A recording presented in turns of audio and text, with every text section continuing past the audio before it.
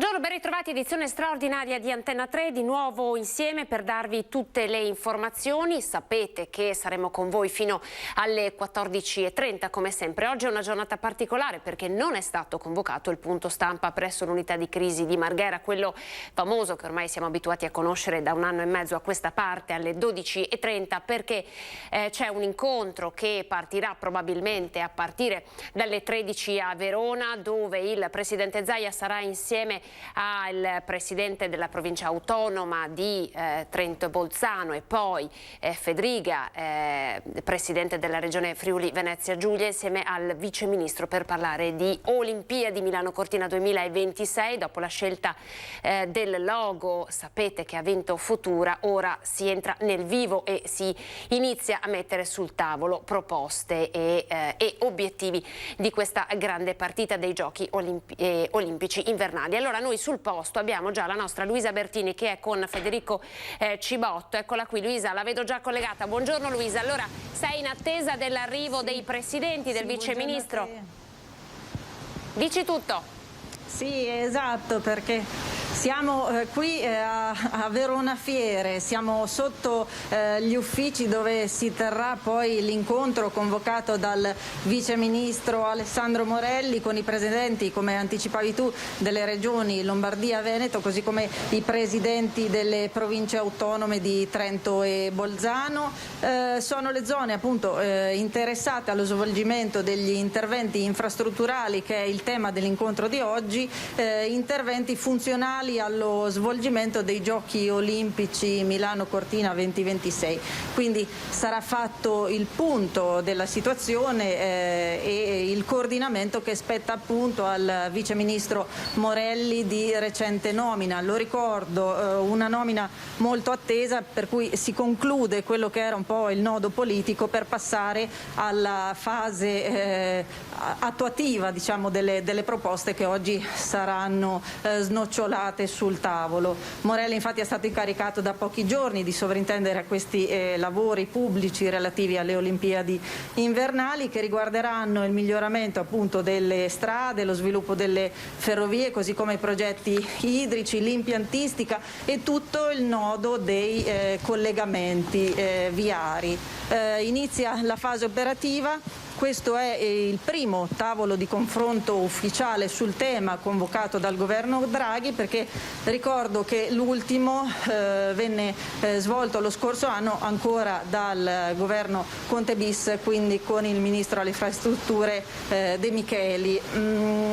Si entra nel vivo della fattualità e per consacrare il Veneto nuovamente come terra olimpica, con Cortina che torna ad avere un ruolo da protagonista nelle competizioni invernali. Lo è stato già come banco di prova ai mondiali e è auspicato che questa nuova era, speriamo tutti, post-Covid, parli di ripartenza, di sviluppo e di rilancio. Quindi ci saranno 5 anni di fatto per realizzare queste opere. Tra i temi, il tema delle smart road, quindi per individuare delle soluzioni viabilistiche che riducano, che vadano a decongestionare il traffico in entrata dei centri urbani. Il nodo da sciogliere è la strada Alemagna, così come la variante di Longarone e di Cortina. Si parlerà probabilmente anche di viabilità sostenibile, per cui lo sguardo in particolare all'ambiente.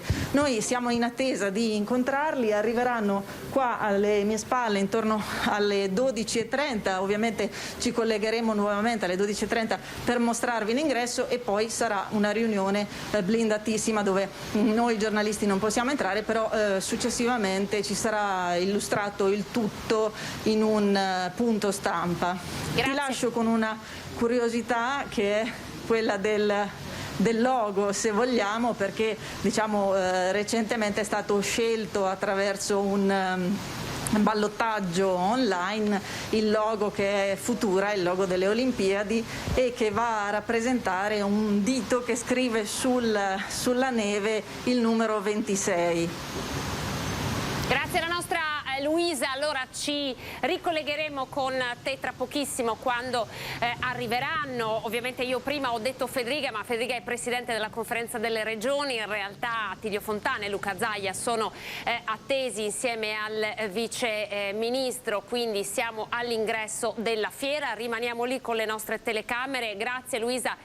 Allora richiedici la linea più tardi. Noi intanto andiamo avanti con la nostra edizione straordinaria, perché sono tante le notizie con cui si apre questa giornata. La prima è quella che a breve è attesa la cabina di regia ed è già scontro per quanto riguarda il prossimo decreto sostegni con il pressing del centrodestra. Cabina di regia che di fatto dovrà mettere nero su bianco le prossime regole, quelle con cui dovremmo convivere probabilmente per la nostra estate. Sono in tante le categorie che attendono delle risposte, dallo slittamento del coprifuoco che pare sarà fissato alle 23, ad esempio i centri commerciali che oggi hanno deciso, molti hanno aderito alla protesta di chiudere le serrande e spegnere le luci per 15 minuti. Questo è accaduto alle 11 questa mattina, contro le misure restrittive che di fatto li obbligano a chiudere nei giorni festivi e prefestivi, che poi sono anche i giorni in cui loro riescono a realizzare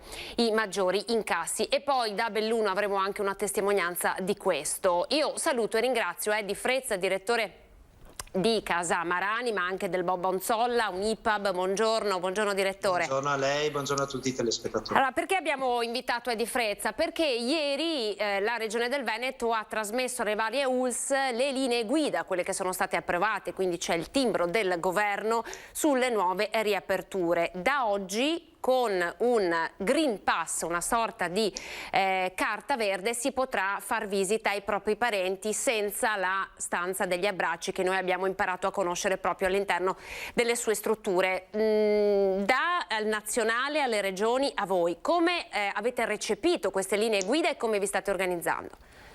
Allora, intanto diciamo finalmente, nel senso che finalmente si supera quello che era il decreto del Presidente del Consiglio dei Ministri di marzo 2020 che aveva imposto la chiusura e la possibilità di accesso alle strutture solamente nei casi di fine vita o comunque autorizzati dalla direzione sanitaria o dal responsabile Covid, e dall'altra ci dà la possibilità di avere delle linee guida diciamo comuni su come procedere alla riapertura delle strutture. Va precisato però che non è un libera tutti, cioè nel senso che non è una possibilità adesso di entrare in una struttura come era nel periodo pre-Covid. C'è un periodo di transitorio perché comunque l'ordinanza del Ministro va fino al 30 di luglio di quest'anno e poi successivamente ci saranno altre disposizioni. Sono dei passaggi graduali tra la chiusura diciamo quasi totale che c'era ora a quelle che sarà le riaperture o le possibilità di visita da qua fino al 30 luglio.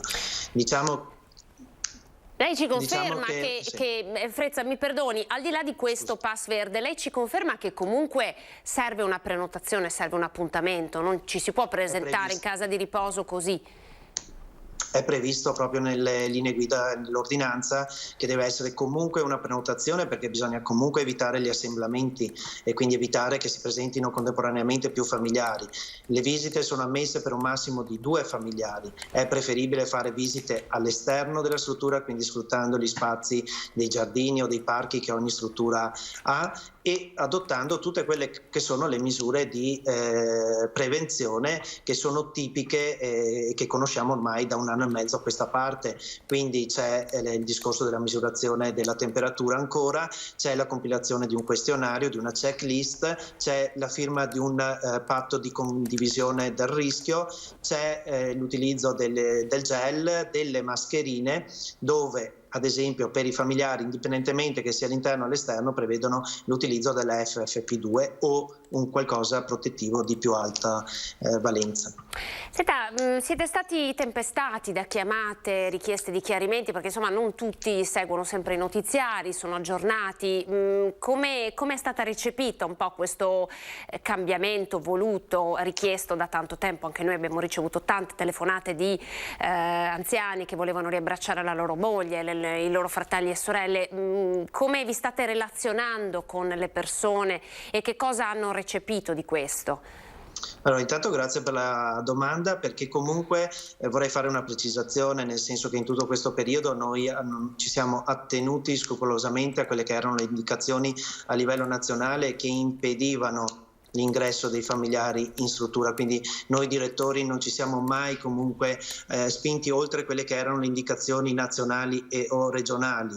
Abbiamo sempre permesso alle famiglie di rimanere in contatto con i propri cari attraverso le videochiamate e, quando è stato possibile, attraverso le stanze degli abbracci o comunque dei box predisposti allo scopo. Va anche detto che non è perché esce una linea guida o un'ordinanza oggi le strutture siano in grado immediatamente di mettersi nella condizione di poter attuare quanto previsto. Ci sono dei tempi tecnici, in quanto c'è la necessità di riprogrammare, in base a quello che ci sono scritti in queste linee guida, tutte le varie tappe per poter permettere queste visite. Anche la stessa prenotazione va diversificata adesso, a chi vuole farla ancora in videochiamata perché non può, a chi vuole farla in presenza e come farla in presenza. Quindi ci sono dei tempi tecnici, ci sono strutture che possono anche essere un po' più avanti, ma comunque erano tutte orientate, per quanto ne so, al riaprire quantomeno alle visite esterne. Ecco, è solo adattare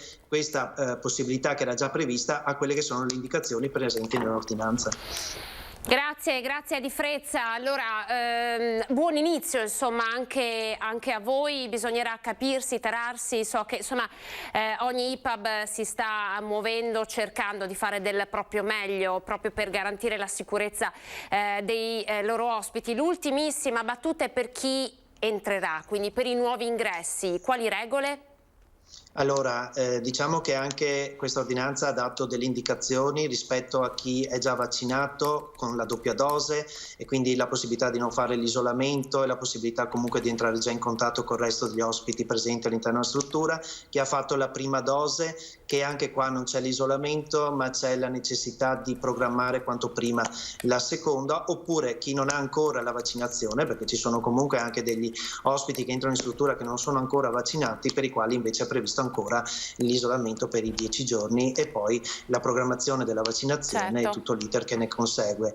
Diciamo che comunque questo secondo me è un passo verso una normalità che la attendiamo tutti ormai da diverso tempo, questo sì. Grazie a Di Frezza per la sua testimonianza. Prego. Buon lavoro allora a lei e a tutta la sua squadra. Arrivederci. Grazie, arrivederci. Grazie. Andiamo a Vicenza con il servizio realizzato dalla nostra redazione. Sono proprio entrati in un IPAB per parlare con la direttrice che appunto sul posto ha raccontato insomma quali sono le difficoltà, le perplessità, comunque le difficoltà di recepire delle norme che sono state emanate il sabato e dovrebbero di fatto essere già operative, quindi attive a partire dal lunedì, e appunto non è così semplice. Allora andiamo insieme a vedere il servizio e poi dalle case di riposo toccheremo un altro tema, quello delle cerimonie dei matrimoni, un altro settore che ha pagato molto duramente la crisi e che è in attesa di risposte. Ma intanto vediamo il servizio da Vicenza. Riapertura delle case di riposo alla vista dei parenti. Qui siamo all'Istituto Trento di Vicenza, l'IPAB di Vicenza. Per il momento si è riaperto sì, ma con il sistema dell'anno scorso, quindi con un plexiglass al vetro che distanzia ospite e parente. Mamma, dimmi tanto come stai? Io sono sorda, per poter capire, con la mascherina e i problemi da sta pandemia. Beh, ma già poterla magari vedere fuori con il nuovo decreto no, Speranza? Perché ne gagna ancora l'ordine, no? Se no sarebbe diverso. È la speranza di Maria Pia, 84 anni, che finalmente ha potuto vedere, anche se con il vecchio sistema, la sorella Paola, 89 anni, ospite della casa di riposo Trento a Vicenza. Il via libera del ministro, la sanità Speranza, le visite ai parenti in casa di riposo non ha automaticamente aperto le porte alla novità del contatto fisico. Serve comunque organizzazione, capire termini e modi delle visite, del Green Pass, questioni tutte in capo alle strutture residenziali che devono anche fare i conti con la privacy. Sarà appunto da capire come tradurre concretamente questa possibilità, quindi con quali eventualmente precauzioni o protezioni e capire cosa vuol dire contatto fisico, quindi baci, abbracci o magari il tocco di mano, quindi adesso valuteremo con la direzione sanitaria. Altra partita complicata e che desta preoccupazione per il contagio sono i nuovi accessi. Attualmente ammontano ad un centinaio i posti liberi all'IPAB e poi ci sono da gestire le uscite e il rientro al domicilio dell'anziano. Sarà un po' appunto adesso da valutare, da decidere assieme alla direzione sanitaria quali possono essere le misure per contemperare il livello di sicurezza ma anche garantire appunto questa maggiore apertura ai familiari. Intanto Maria Pia, nonostante il plexiglass a favore divisorio, è contenta. Un corso già sta contenta di averla vista attraverso il vero, perché la settimana scorsa che era tutto chiuso non vedevo niente perché era specchio nel vetro, perciò almeno adesso l'ho vista in faccia, ecco.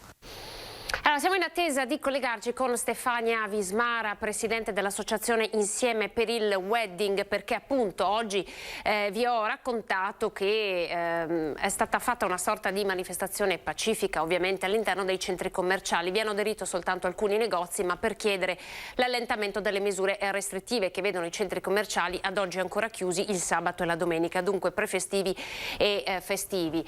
Questa misura restrittiva crea molte difficoltà, ma di fatto sappiamo che già il governo sta parlando di poterla allentare, così come per il coprifuoco, così come si sta ragionando se abbandonare la colorazione delle regioni per andare a un calcolo diverso dell'RT. Allora vediamo se abbiamo in collegamento la nostra Stefania, altrimenti vi facciamo vedere il servizio realizzato sempre dalla redazione di Vicenza. Eccola qua, Stefania, buongiorno. Buongiorno a te, grazie per questo spazio importante. Grazie a te e ben ritrovata. Allora, ad oggi che cosa sappiamo? Noi abbiamo visto sui quotidiani nazionali una coppia italiana, adesso non ricordo da dove vengano, che ha già fatto slittare il loro matrimonio, dovevano sposarsi a maggio dello scorso anno, adesso avevano fissato i primi di giugno, ma per ora le cerimonie, quindi la cerimonia in chiesa sì, ma la festa ancora non si può fare, quindi hanno scritto al governo dicendo: per piacere, è un'assurdità, lasciateci festeggiare il nostro matrimonio. Voi che notizie avete?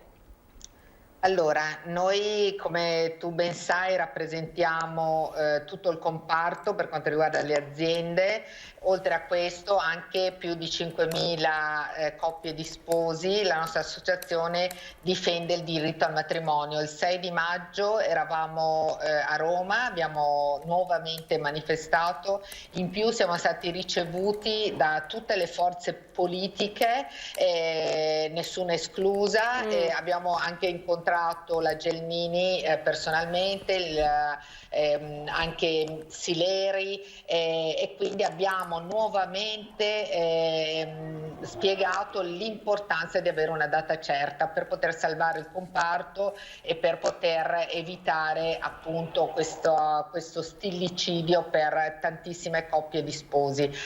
Ad oggi, come dicevi giusto, ecco, questa è la rappresentazione proprio di Venezia, l'ultima che abbiamo appena fatto sabato, abbiamo avuto la RAI, insomma, eccetera, va bene. Quello che sembra che entro questa settimana noi abbiamo preteso ci venga data una data certa di ripartenza, e sembra che le promesse che hanno fatto verranno mantenute, nel senso che entro venerdì teoricamente dovrebbero darcela. Ovviamente il nostro comparto chiedeva una data certa già ad aprile, adesso confidiamo che sia tassativamente il 1° di giugno, perché per noi logicamente è la nostra unica ancora di salvezza prima che il tutto, insomma, certo.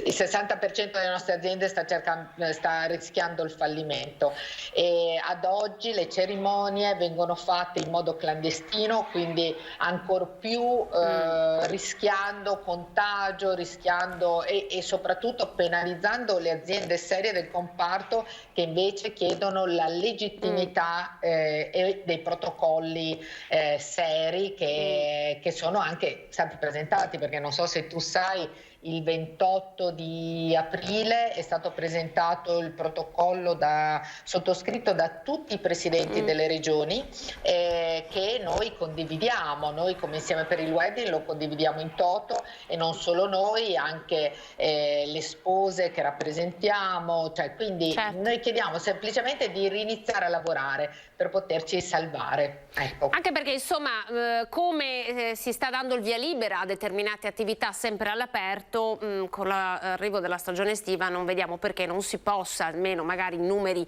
contenuti, non le centinaia diciamo di invitati che eravamo abituati a conoscere, ma insomma in numeri contenuti e con i protocolli rispettati come appunto ci stai raccontando, perché non si possa dare il via libera anche a questo. Chiedo scusa, vorrei correggere questa tua precisazione, nel senso che il numero deve dipendere dalla location, dagli spazi, cioè nel senso che logicamente magari non si potrà, come nel protocollo dice, non si potrà ballare, magari ovviamente ci saranno le mascherine, ci sarà tutto quello che necessita, però il numero dipende dagli spazi. Noi adesso abbiamo tantissimi casi di magari matrimoni che poi si tolgono gli abiti, non dichiarano che è un matrimonio e vanno a pranzo al ristorante, e questo il numero dipende dalle metrature del ristorante. Ancor più questo deve essere possibile nel momento in cui c'è una location, dove sicuramente gli spazi sono ancora più ampi, le possibilità di essere attenti ai protocolli sono ancora più ampie, e la voglia di poter condividere con i propri cari e le persone che si amano e che ci amano la propria gioia. Cioè il matrimonio è questo, non è fondamentale la condivisione della propria felicità con le persone che si amano.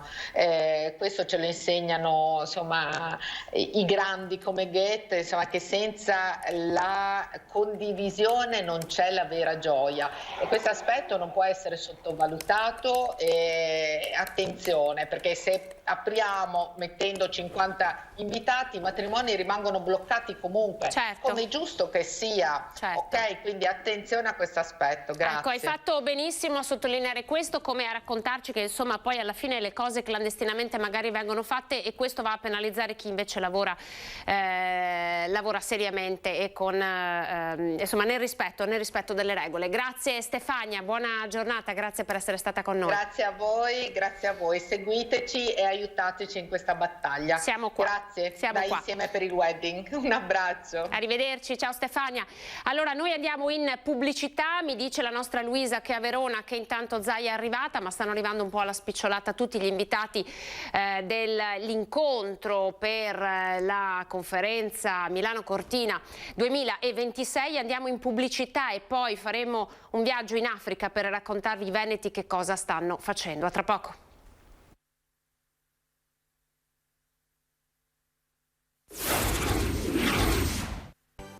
Ben ritrovati ancora insieme con l'edizione straordinaria di Antenna 3. Come promesso vi portiamo in Africa, vi portiamo a Mozambico per raccontarvi una splendida operazione dei medici con l'Africa QAM. Abbiamo qui il loro direttore, Don Dante Carraro. Buongiorno Don Dante, ci perdoni per la lunga attesa, eccoci, buongiorno. Buongiorno a tutti, capisco, non c'è problema. Tempi televisivi, ma noi non potevamo mollare questa notizia perché abbiamo anche delle immagini che faremo vedere. I medici con l'Africa QAM hanno contribuito a riallestire un reparto di neonatologia a Beira in Mozambico, completamente distrutto da un ciclone. Ci racconta brevemente il vostro lavoro? Sì, si tratta di una città importante, la seconda città del Mozambico, Beira, a metà del paese, un ospedale grosso, 800 posti letto, il secondo ospedale del paese, e dentro lì la pediatria che ha al suo interno una neonatologia, cioè un reparto dedicato per i neonati, i primi 2-3 settimane di vita di quel bambino. L'anno scorso a marzo il ciclone Idai, che ha spazzato via la città, gran parte della città fatta di capanne, di baracche eccetera, ma anche ha distrutto la neonatologia che c'era, era piccolissima, fatiscente, dovevamo ristrutturarla, ha buttato a terra tutto. Dopo un anno di lavoro e di condivisione con le autorità locali è stata una grande festa, vedete alcune immagini con il ministro della salute, questo è l'ambasciatore italiano, vicino a me sulla destra mia c'è la dottoressa Serena Calgaro, una neonatologa padovana che ha seguito i lavori, ha lavorato là per 2 anni e l'altro ieri è stata l'inaugurazione, veramente una festa. Ecco, queste sono le mamme, vedete l'ambiente molto raffinato, ripeto, certo. Si tratta di un ospedale che è il secondo ospedale del paese, insomma una grande festa devo dire per tutti noi. Un ciclone tremendo che ha causato mi pare 600 morti, quindi davvero una tragedia incredibile, e questo è uno dei simboli della rinascita, no? Il messaggio di rinascita che da sempre i medici con l'Africa QAM stanno portando in Africa, dove non solo portate aiuto ma soprattutto portate competenze. Noi ci teniamo sempre a sottolineare questo, no? Insegnate come far nascere i bambini in sicurezza, questi popoli così anche dislocati, così distanti tra di loro, quindi non sempre facilmente raggiungibili da un sistema sanitario. Assolutamente, pensate che a proposito di neonatologia nell'ospedale di Beira, una città di 600.000 abitanti, nascono ogni anno dai 6-7.000 bambini e in tutta la città, ma in tutta la provincia di 1,5 milioni non c'è un neonatologo. Ecco perché è importante sì mandare un neonatologo che aiuti questi bambini, ma poi che faccia formazione del personale locale. Vicino a me nella foto c'era anche il dottor Amir, che è un locale mozambicano e pediatra che non conosce la neonatologia, e con la formazione congiunta, medici con quel con per noi è tanto importante, lui si forma e con lui, lo vedete in camice bianco, il dottor Amir, e con lui si forma le infermiere, certo. Le infermiere specializzate, perché la neonatologia è una branca altamente specializzata. Ecco, il nostro mandato è fare formazione personale locale perché possano poi a loro volta gestire con le proprie gambe, le proprie capacità, le proprie competenze queste strutture e noi fare un passo indietro. Questo è l'obiettivo che da sempre abbiamo. Senta, lei è volato in Mozambico in cui immagino il Covid sia diffuso, lì ci sarà la variante sudafricana. So per certo che siete i primi, come una delle più grandi ONG in campo sanitario in Italia, a spingere perché la risposta contro il Covid sia una risposta globale. Entriamo per un attimo nel dibattito della proprietà dei vaccini e del fatto che appunto questa risposta deve essere globale e condivisa. Com'è la situazione vaccini lì e qual è insomma un po' la sua posizione su questo? La posizione dei vaccini è che è una popolazione complessiva del Mozambico che ha 30 milioni di abitanti e sono arrivati 10 giorni fa le 400.000 dosi di vaccino. Sono assolutamente, oso dire, insignificanti. Abbiamo iniziato ad aiutare il Ministero nella vaccinazione del personale locale sanitario. Perché dico questo? Perché tra gennaio e febbraio c'è stata un'impennata legata proprio alla variante sudafricana, come accennavi anche tu prima, che ha fatto sì che il numero di casi confermati di Covid tra gennaio e febbraio è stato pari a tutto il 2020, per dire che c'è stata un'impennata che ha fatto paura e sono morti. Dunque la media in Mozambico è di un distretto 100.000 abitanti e ci sono la media di 8 medici. Nel mese tra febbraio e marzo sono morti 5 medici in quel distretto di 100.000 abitanti. Vuol dire che abbiamo ridotto la capacità sanitaria oltre il 50%, cioè quindi è stato un gravissimo danno. Ecco perché è fondamentale vaccinare. Allora, nel dibattito complessivo, io sono d'accordo in parte assolutamente con Papa Francesco, ma anche col Premier Draghi, che ha sposato la posizione di una sospensione temporanea almeno del brevetto, perché c'è bisogno di più dosi vaccinali, questo è il primo punto, e poi c'è bisogno di gente come noi che accompagna quella dose vaccinale fino all'ultimo miglio del sistema sanitario ed è il nostro mandato, il nostro compito. Senta, quanto può aver influito, le faccio un po' una domanda politica, mi permetto, quanto possono aver influito le dichiarazioni di Biden, che è stato il primo a dire apriamo, liberalizziamo? Ha avuto un grandissimo peso, perché devo dire noi, per esempio, siccome si tratta di una pandemia mondiale, e abbiamo dichiarato da subito come Medici con l'Africa che una sospensione temporanea del brevetto era necessaria farla, perché dopo noi facciamo la nostra parte, ma prima c'è bisogno di dosi vaccinali che arrivano in maniera sufficiente nei paesi, quindi abbiamo detto da subito questo. Però il fatto che Biden abbia dichiarato ufficialmente di fronte a tutti, al mondo, che lui è a favore di tutto questo, ha scatenato a catena poi anche l'Unione Europea, con posizioni differenti dalla Merkel, ma per fortuna Draghi, per esempio, su questo qua ha avuto una posizione chiara e ha sposato proprio questa sospensione, senza la quale le dosi vaccinali ci faranno tribolare in continuazione, perché la capacità produttiva è scarsa, mentre invece se si sospende temporaneamente il brevetto si consente ad altri centri, penso all'India, penso al Brasile, che hanno dei centri attrezzati per produrre il vaccino, però devono avere il brevetto, e allora una sospensione temporanea può facilitare questo, e speriamo che questo succeda davvero. Senta, vogliamo ricordare che siamo in periodo di 5 per 1000, Don Dante? Magari e sostenervi, non possiamo non farlo. Io invito tutti a sposare proprio la campagna della vaccinazione del QAM, un vaccino per noi, sia in termini di contribuzione, se uno va sul sito e vede come, ma anche con il 5 per 1000. Noi siamo contenti perché riceviamo un numero bello, abbiamo oltre 13.000 persone che sostengono l'anno scorso, insomma negli anni scorsi, la nostra adesione al 5 per 1000, ma invito tanti a farlo, perché il 5 per 1000 davvero contribuisce, aiuta proprio in particolare su questo tema vaccinale. Grazie Don Dante, grazie. Medici con l'Africa QAM, grazie, arrivederci, buon lavoro. Grazie, buona giornata e buon lavoro a voi, grazie. Noi adesso andiamo a Verona, Luisa Bertini, Federico Cibotto, eccoci, buongiorno, ben ritrovata. Allora Luisa, ci racconti un po' se è già arrivato qualcuno, è partito l'incontro, dovrebbe essere partito.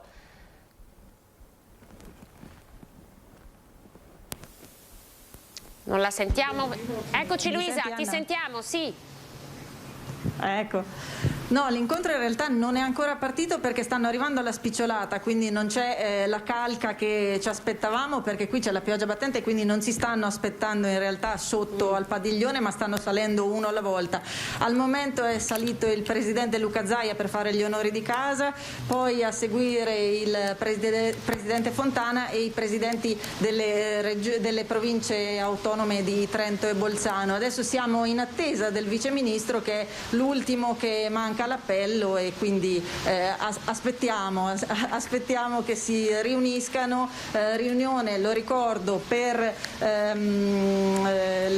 che interessa, diciamo, le zone che saranno interessate dalle Olimpiadi Milano Cortina 2026. Sarà fatto il punto della situazione verosimilmente sugli interventi strutturali programmati e coordinati appunto dal vice ministro Alessandro Morelli, che è vice ministro per le infrastrutture e la mobilità sostenibile. Poi ci riserviamo ovviamente di richiedervi la linea quando sarà finito l'incontro, perché è un incontro blindato a cui la stampa non può partecipare, perché ci sarà il punto stampa, che oggi, come anticipavi prima tu, non sarà appunto alla Protezione Civile, ma sarà qua. Grazie Luisa, allora non esitare a chiederci la linea se dovesse arrivare qualcun altro. Poi ovviamente mentre tu ci stavi avvisando stavamo facendo delle interviste, comunque siamo qui, siamo a disposizione come sempre in diretta. Luisa, ciao, a dopo. Noi andiamo avanti. Ciao Luisa, allora tra pochissimo un bel confronto tra due primi cittadini, nel padovano con il sindaco di Mestrino e nel trevigiano con il sindaco di Villorba, per raccontare come un comune può aiutare, diciamo aiutare a far partire, ma anche a far correre la campagna vaccinale, perché Mestrino ha convocato un vero e proprio Vax Day che verrà replicato dando degli spazi ai medici di base, mentre a Villorba avete visto l'inaugurazione l'inaugurazione ieri del più grande hub vaccinale del Veneto con l'ex Maber. Prima di dare la linea ai nostri sindaci, uno so che è già collegato, gli chiedo di attenderci un attimo. Volevo fare un passaggio sul caso del post del comico rodigino Natalino Balasso, perché ieri è di questo che si è occupata la conferenza stampa del presidente Zaia, oltre a dare ovviamente i numeri sui vaccini e fare di nuovo un appello ai cinquantenni, perché ci sono ancora 60.000 posti liberi per chi ha dai 50 ai 59 anni, perché in serata è arrivata sempre attraverso Facebook la risposta del comico alle dichiarazioni di Zaia. Zaia aveva detto evitiamo di finire in tribunale, bastano delle scuse. Natalino Balasso ha invece chiarito che si presenterà in tribunale. Le parole del post, un post a dir la verità piuttosto lungo, dicono: sicuramente mi dispiace umanamente, leggo testuale, mi dispiace umanamente per l'empatia che mi sento di provare nei confronti di chi dice che c'è rimasto male e ci ha sofferto. Ecco, mi dispiace, ma invece di meditare vendette legali sarebbe stato molto meglio, anche per evitare altro disagio alla sua famiglia, tirare sul telefono se era così importante. Se davvero voleva le scuse non avrebbe dovuto pretenderle un anno fa. Ovviamente non è che posso aspettare la conferenza stampa e leggere tutti i giornali del Veneto per sapere come è andata la faccenda, né credo che debba essere la velina di un giornale a spiegarmi come mi devo comportare. Perciò a giugno mi presenterò al Tribunale di Venezia e sentirò cosa il GIP mi vuole chiedere. Forse sarà una persona semplice, ma per me la convocazione di un giudice non è uno scherzo. Allora, queste le dichiarazioni di Natalino Balasso, che appunto, come vi dicevo, ha fatto un post su Facebook. Mi dicono dalla regia che forse abbiamo visto le immagini del vice ministro che è entrato. Me lo confermate? Possiamo ridare la linea a Verona per un attimo? Eccoci qua, sì, questa è la sede della fiera, dovrebbe essere entrato, oppure abbiamo le telecamere accese. Vediamo se c'è la nostra Luisa che ci dice che è arrivato il vice ministro. Dovrebbe essere arrivato, insomma questa ve la diamo un po' in anteprima come notizia, quindi mancava soltanto lui, quindi dovrebbe essere iniziato l'incontro, ma poi magari ce lo faremo raccontare da Luisa. Vi dicevo del post del comico rodigino che ha voluto rispondere in serata alle dichiarazioni del presidente Luca Zaia di ieri in conferenza stampa. Il post incriminato dell'ex sassofonista dei Pittura Fresca di circa un anno fa, era il 7 maggio del 2020, rilanciato poi sulla sua pagina Facebook dal comico rodigino, che per questo è stato querelato per diffamazione. L'udienza è stata fissata per il 18 di giugno e con il post pubblicato in serata il comico rodigino fa sapere che in tribunale ci sarà. Dunque ha detto mi dispiace, ma non ha fatto formalmente le sue scuse come aveva richiesto insomma il presidente Luca Zaia. Adesso andiamo a collegarci allora con i nostri sindaci, nell'attesa che Luisa eventualmente ci richieda la linea da Verona. Dovrebbe essere collegato Marco Agostini, sindaco di Mestrino. Sindaco, buongiorno. Buongiorno a tutti. Eccoci, e poi siamo in attesa di Marco Serena, sindaco di Villorba. Mi fate un cenno quando sarà collegato. Intanto le dico, sindaco, che noi abbiamo anche preparato le immagini di questo Vax Day di Mestrino, che c'è stato, se non sbaglio, venerdì, ma sarà replicato. Da dove è nata l'idea? Ma in realtà è nata da una volontà del territorio, cioè abbiamo visto un po' di difficoltà da parte di alcune persone nella categoria aperta, quindi 60-100 anni, nell'avvicinarsi ai punti vaccinali provinciali, vuoi un po' per l'incertezza anche creata dai media su alcuni tipi di vaccini e le conseguenze che alcuni di questi possono avere sulle persone. Quindi in realtà si era creata anche un certo distacco e allora abbiamo pensato assieme ai medici di base di offrire un'organizzazione capillare per abbattere questa incertezza e anche l'ansia. Cioè quello che abbiamo fatto non è stato niente di speciale, abbiamo solo unito le forze che il territorio ha, quindi medici di medicina generale, protezione civile, Croce Rossa del nostro comitato locale di Mestrino e Selvazzano e volontari degli alpini e i carabinieri in congedo per dare al cittadino quella sicurezza nell'avvicinarsi. Abbiamo chiesto ai medici di darci le liste dei pazienti, dei loro assistiti non ancora vaccinati, erano più di 500, delle categorie 60 anni, 100 anni, e la Protezione Civile li ha chiamati uno per uno, accertandosi quali di essi avevano già una prenotazione presso i centri vaccinali provinciali e quali, ovviamente alcuni di questi hanno anche rifiutato la vaccinazione, molto pochi devo dire, ma quelli che poi erano propensi a farlo li abbiamo invitati domenica 9 maggio nella palestra comunale attrezzata dai nostri volontari e questa è stata una sensazione bella, quello che si è ottenuto, perché l'assistito veniva accolto dai nostri volontari, accompagnati all'interno dal Protezione Civile e poi consegnati alla Croce Rossa, che li accompagnava poi al medico di base, a cui era stato accoppiato un medico vaccinatore dell'organizzazione Medici di Strada di Padova.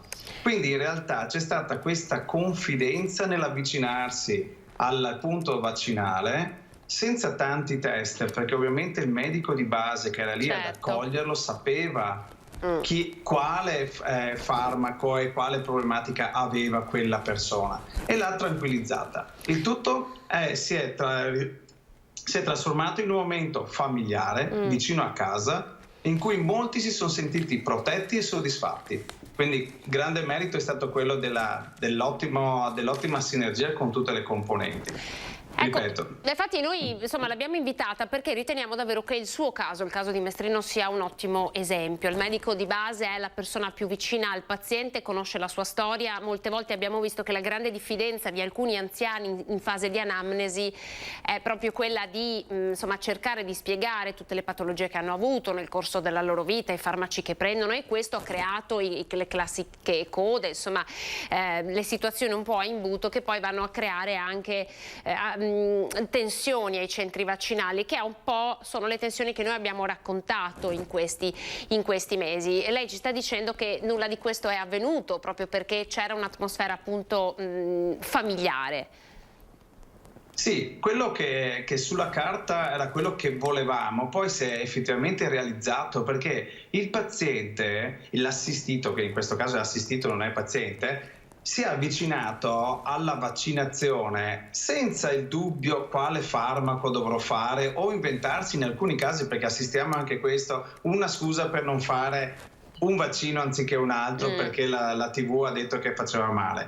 Si è avvicinato tranquillamente, è stato accolto, ha visto il suo medico, tra l'altro neanche impegnato nella vaccinazione, proprio ad accoglierlo alla fine della corsia e accompagnarlo al medico vaccinatore.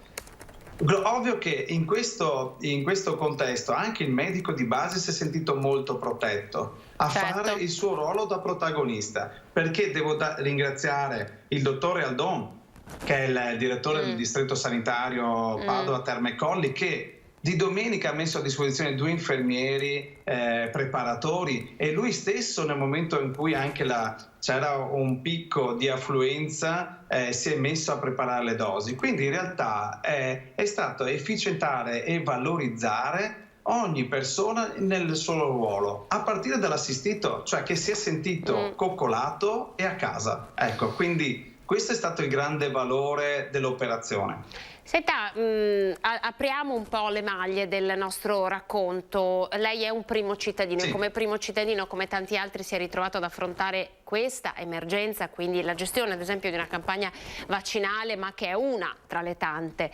emergenze. Quali sono i gridi di dolore, le difficoltà più grandi che lei sta riscontrando nel tessuto sociale della sua comunità?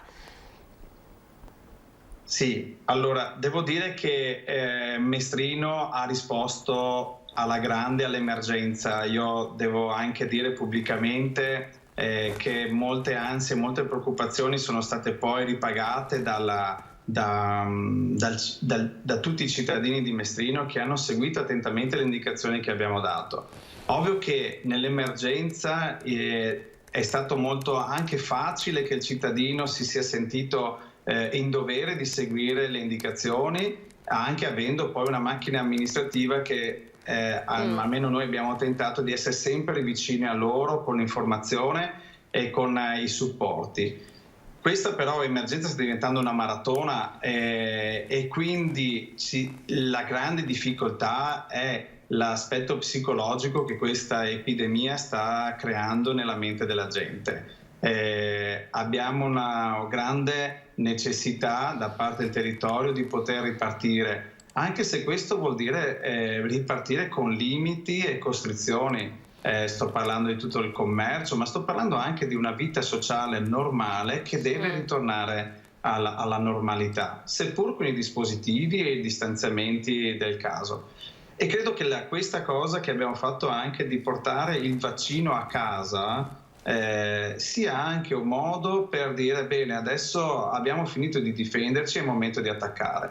C'è la gran voglia di attaccare, ecco, questo sì. Ovvio che il ruolo dell'amministrazione e di un sindaco, che tra l'altro io sono anche di settore perché sono ricercatore in oncologia, è quello di dare non informazioni confuse, ma di dare certezze concrete, piccole ma concrete, sempre. A questo proposito, no, le incertezze, le informazioni, voi siete stati davvero il primo tramite, no, per i cittadini. A suo parere, di primo cittadino, come ha gestito il governo, come sta gestendo il governo anche tutti i cambiamenti adesso che ci sono e questa epidemia? È una domanda enorme, potremmo parlarne ovviamente per ore, ma al di là delle notizie che leggiamo sui giornali, poi secondo lei c'è stata una falla nell'informazione, c'è qualcosa che è saltato per cui i cittadini si possono essere sentiti più smarriti e possono aver avuto anche più bisogno delle istituzioni locali? Sì, ecco, questo parlo in modo generale, cercando di non ledere nessuna sensibilità. Io credo che ci sia stato un periodo in cui anche alcuni colleghi, appunto ho appena detto che sono ricercatori in oncologia, si sono esposti un po' troppo nel dare delle comunicazioni e in alcune fasi erano anche contrastanti tra loro. Dal punto di vista amministrativo io ho adottato quanto mi è stato detto quel famoso 24 febbraio quando siamo stati convocati tutti i 103 sindaci di Padova in sala consigliare provinciale, in cui il prefetto in quel momento, di fronte a tutte alle autorità sanitarie con Zaia proiettato sul grande schermo, ci hanno chiesto una grande cosa: non inventatevi, non inventatevi pur avendo i mezzi per poterlo fare. Io ho fatto una scelta, come anche credo molti altri colleghi, quello di attenermi a quello che il mio diretto superiore mi indicava. E devo dire che siamo stati fortunati, nel senso che è ovvio che l'occhio era sempre rivolto anche al governo centrale, dove le dinamiche sono diverse, perché ovviamente l'Italia è molto ampia, molto vasta e con problematiche diverse e situazioni diverse. Io ho fatto una scelta, la mia regione, la regione Veneto, dovevo seguire il mio diretto superiore, che in questo caso è il governatore Zaia. Devo dire che molto utile è stata non solo per noi amministratori, ma anche per i cittadini stessi questa conferenza quotidiana. Credo che sia ormai esausto il nostro governatore, ma è un mezzo utile sia anche per noi amministratori, perché le regole cambiano dalla sera alla mattina, o meno cambiavano. E la più grande difficoltà che abbiamo avuto, e lo sappiamo tutti, è stato avere i decreti alle 11 di sera di domenica e doverli poi attuare al lunedì mattina alle 8, quindi senza avere il tempo di recepirli e senza avere la possibilità anche di applicarli in modo corretto. Questa cosa poi si è uniformata ed è migliorata, però credo che molte volte si è parlato di una guerra, questa in realtà è una guerra e va gestita come militarmente parlando per gradi. Io devo dare riscontro e obbedire al mio grado superiore, a cui dopo ci sarà anche un altro grado. Le polemiche in questo momento non fanno bene a nessuno e la cosa più importante è con suggerimento, e io dico a molti miei cittadini che molte volte si sono sentiti dire da me un no fermo, perché non è il caso di interpretare le norme, vanno applicate alla lettera, anche se questo vuol dire non soddisfare alcune esigenze di alcuni cittadini in emergenza. Grazie, questa è stata un po' la difficoltà. Grazie per la sua chiarezza. Siamo d'accordo con lei nel senso che questo punto stampa di fatto ha avvicinato i cittadini e ha fatto entrare prepotentemente la pandemia nelle loro case, ma era giusto essere informati, era giusto essere preparati. Forse era anche giusto avere qualcuno che quotidianamente ti ricordasse di usare la mascherina nella maniera corretta, di evitare gli assembramenti, perché soprattutto dopo un anno e mezzo di grandi restrizioni c'è la tendenza a lasciarsi andare, lo stiamo vedendo. Insomma, il Veneto in qualche modo ha avuto atteggiamenti da zona gialla anche quando era ancora in zona arancione, l'abbiamo anche noi raccontato nei nostri servizi, quindi avere sempre insomma un po' un padre di famiglia, qualcuno che ti ricorda i numeri, qualcuno che ti dice attenzione, non ne siamo ancora fuori, insomma siamo un po' d'accordo con lei quando si dice non è il momento delle polemiche. Poi è chiaro che tutto quello che invece sta accadendo con le varie inchieste, quelle sono altre indagini che si stanno facendo, come è giusto che vengano fatte, e avranno il loro corso. Ma insomma le varie polemiche, quelle che abbiamo raccontato, spesso non hanno senso, soprattutto se il punto stampa che di fatto viene fatto è un punto stampa che ha la necessità di dare informazione, che è la stessa informazione che poi i cittadini chiedono a voi primi cittadini. Quindi insomma grazie per questo passaggio che riteniamo comunque importante. Noi non siamo riusciti a collegarci con il suo collega, il sindaco di Villorba, lo stiamo ancora aspettando, Marco Serena, ma insomma intanto facciamo vedere l'inaugurazione del nuovo hub vaccinale all'ex Maber. Quindi grazie sindaco per essere stato in nostra compagnia, arrivederci. Grazie a voi e arrivederci. Andiamo a vederlo, via della Cartiera, siamo in provincia di Treviso, il più grande centro vaccinale che c'è in Veneto. Marca Trevigiana andrà ad accorpare 2 centri vaccinali, un grandissimo potenziale, ma insomma la notizia è anche che un imprenditore del Trevigiano ha messo a disposizione questi locali proprio per la campagna vaccinale. Ieri abbiamo seguito la diretta dell'inaugurazione e vi facciamo vedere il servizio. Facciamo appello ai 50-59, sono gli ultimi giorni per prenotarsi, bisogna che si prenotino. È iniziata con questo appello l'inaugurazione del nuovo centro vaccinale all'ex Maber di Castrette di Villorba. 5.700 metri quadrati che da mercoledì andranno a sostituire l'attuale polo al Bocciodromo di Carità, quello alla dogana di Treviso e quello di Lughignano di Casale sul Sile. Area messa a disposizione dalla Progest di Bruno Zago, che ha provveduto anche agli allestimenti tutti in cartone riciclato. Oltre 100 le persone operative ogni giorno tra medici, infermieri, assistenti sanitari, esercito e protezione civile, che all'inizio faranno oltre 4.000 vaccini. È uno dei 60 centri del Veneto, abbiamo passato i 2 milioni di inoculazioni, quindi considerate che oggi possiamo dire con tranquillità, proprio da oggi, che un Veneto su 3 ha già avuto almeno una dose di vaccino. A noi forniscono 200.000 dosi la settimana. Considerate che il nostro potenziale di vaccinazione oggi è di 100.000 dosi al giorno. È proprio in virtù di questi numeri che il Presidente vede diversi segnali positivi. Un primo risultato noi lo vediamo nelle terapie intensive e nei ricoveri. Le fasce d'età vaccinate non rappresentano più pazienti nostri. Ne veniamo fuori. Penso che sia iniziata ufficialmente la fase di convivenza con il virus. Fase di convivenza vuol dire che non bisogna abbassare la guardia, vuol dire che bisogna portare la mascherina, mantenere il distanziamento, ma comunque il peggio ce l'abbiamo lasciato alle spalle. Infine i ringraziamenti del Presidente a tutta la sanità veneta come esempio per tutti i cittadini. Io non dico di tornare al vecchio sistema di una volta che si andava col salame dal dottor, col salame e la bottiglia di vino. Basta un grazie. Ed essere coscienti che ci chiamano pazienti perché bisogna essere pazienti. L'ultima battuta è per l'incontro con il commissario all'emergenza Covid di giovedì prossimo. Cosa dirà a Figliuolo giovedì? Lo dico in Veneto? Sì. Dammi vaccini. Allora, dovremmo averlo al telefono tra pochissimo, il sindaco di Villorba, il padrone di casa, l'abbiamo visto anche ieri all'inaugurazione, Marco Serena. Allora, l'ex Maber è diciamo un capannone dismesso, mai entrato in funzione dal 2012, è inattivo, si trova in via della Cartiera, siamo a Villorba ed è proprio vicino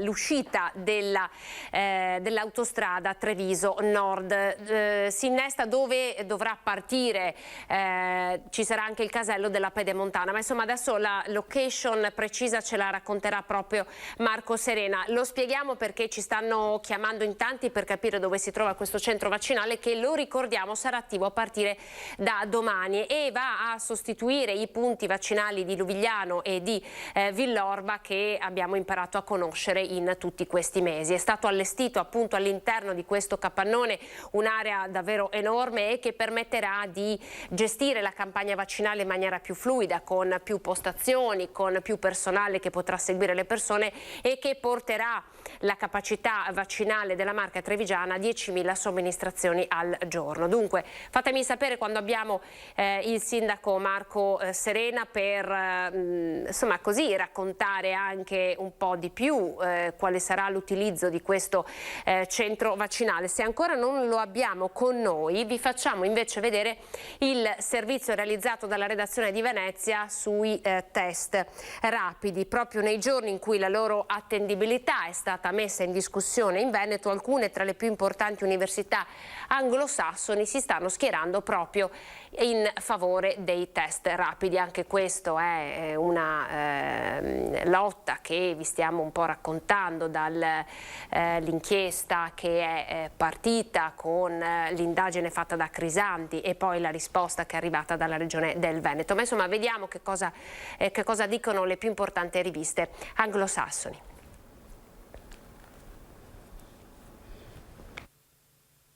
In presenza di una pandemia e in un'ottica di tutela della salute pubblica, i test rapidi sono meglio del tampone molecolare. È un'affermazione netta quella che arriva da uno studio congiunto condotto da esperti delle università di Harvard, Oxford e Liverpool e pubblicata dalla rivista scientifica inglese The Lancet. Lo studio, che arriva in un periodo in cui il metodo adottato anche dal Veneto è stato messo in discussione, si fa forte anche della prova pratica di un progetto pilota di test rapidi a tappeto adottato a Liverpool e definito un buon piano in grado di bloccare il contagio. Nelle indagini di massa sulla popolazione il tampone rapido ha fatto la differenza, ha consentito di fare un'operazione di settaccio sulla popolazione enorme.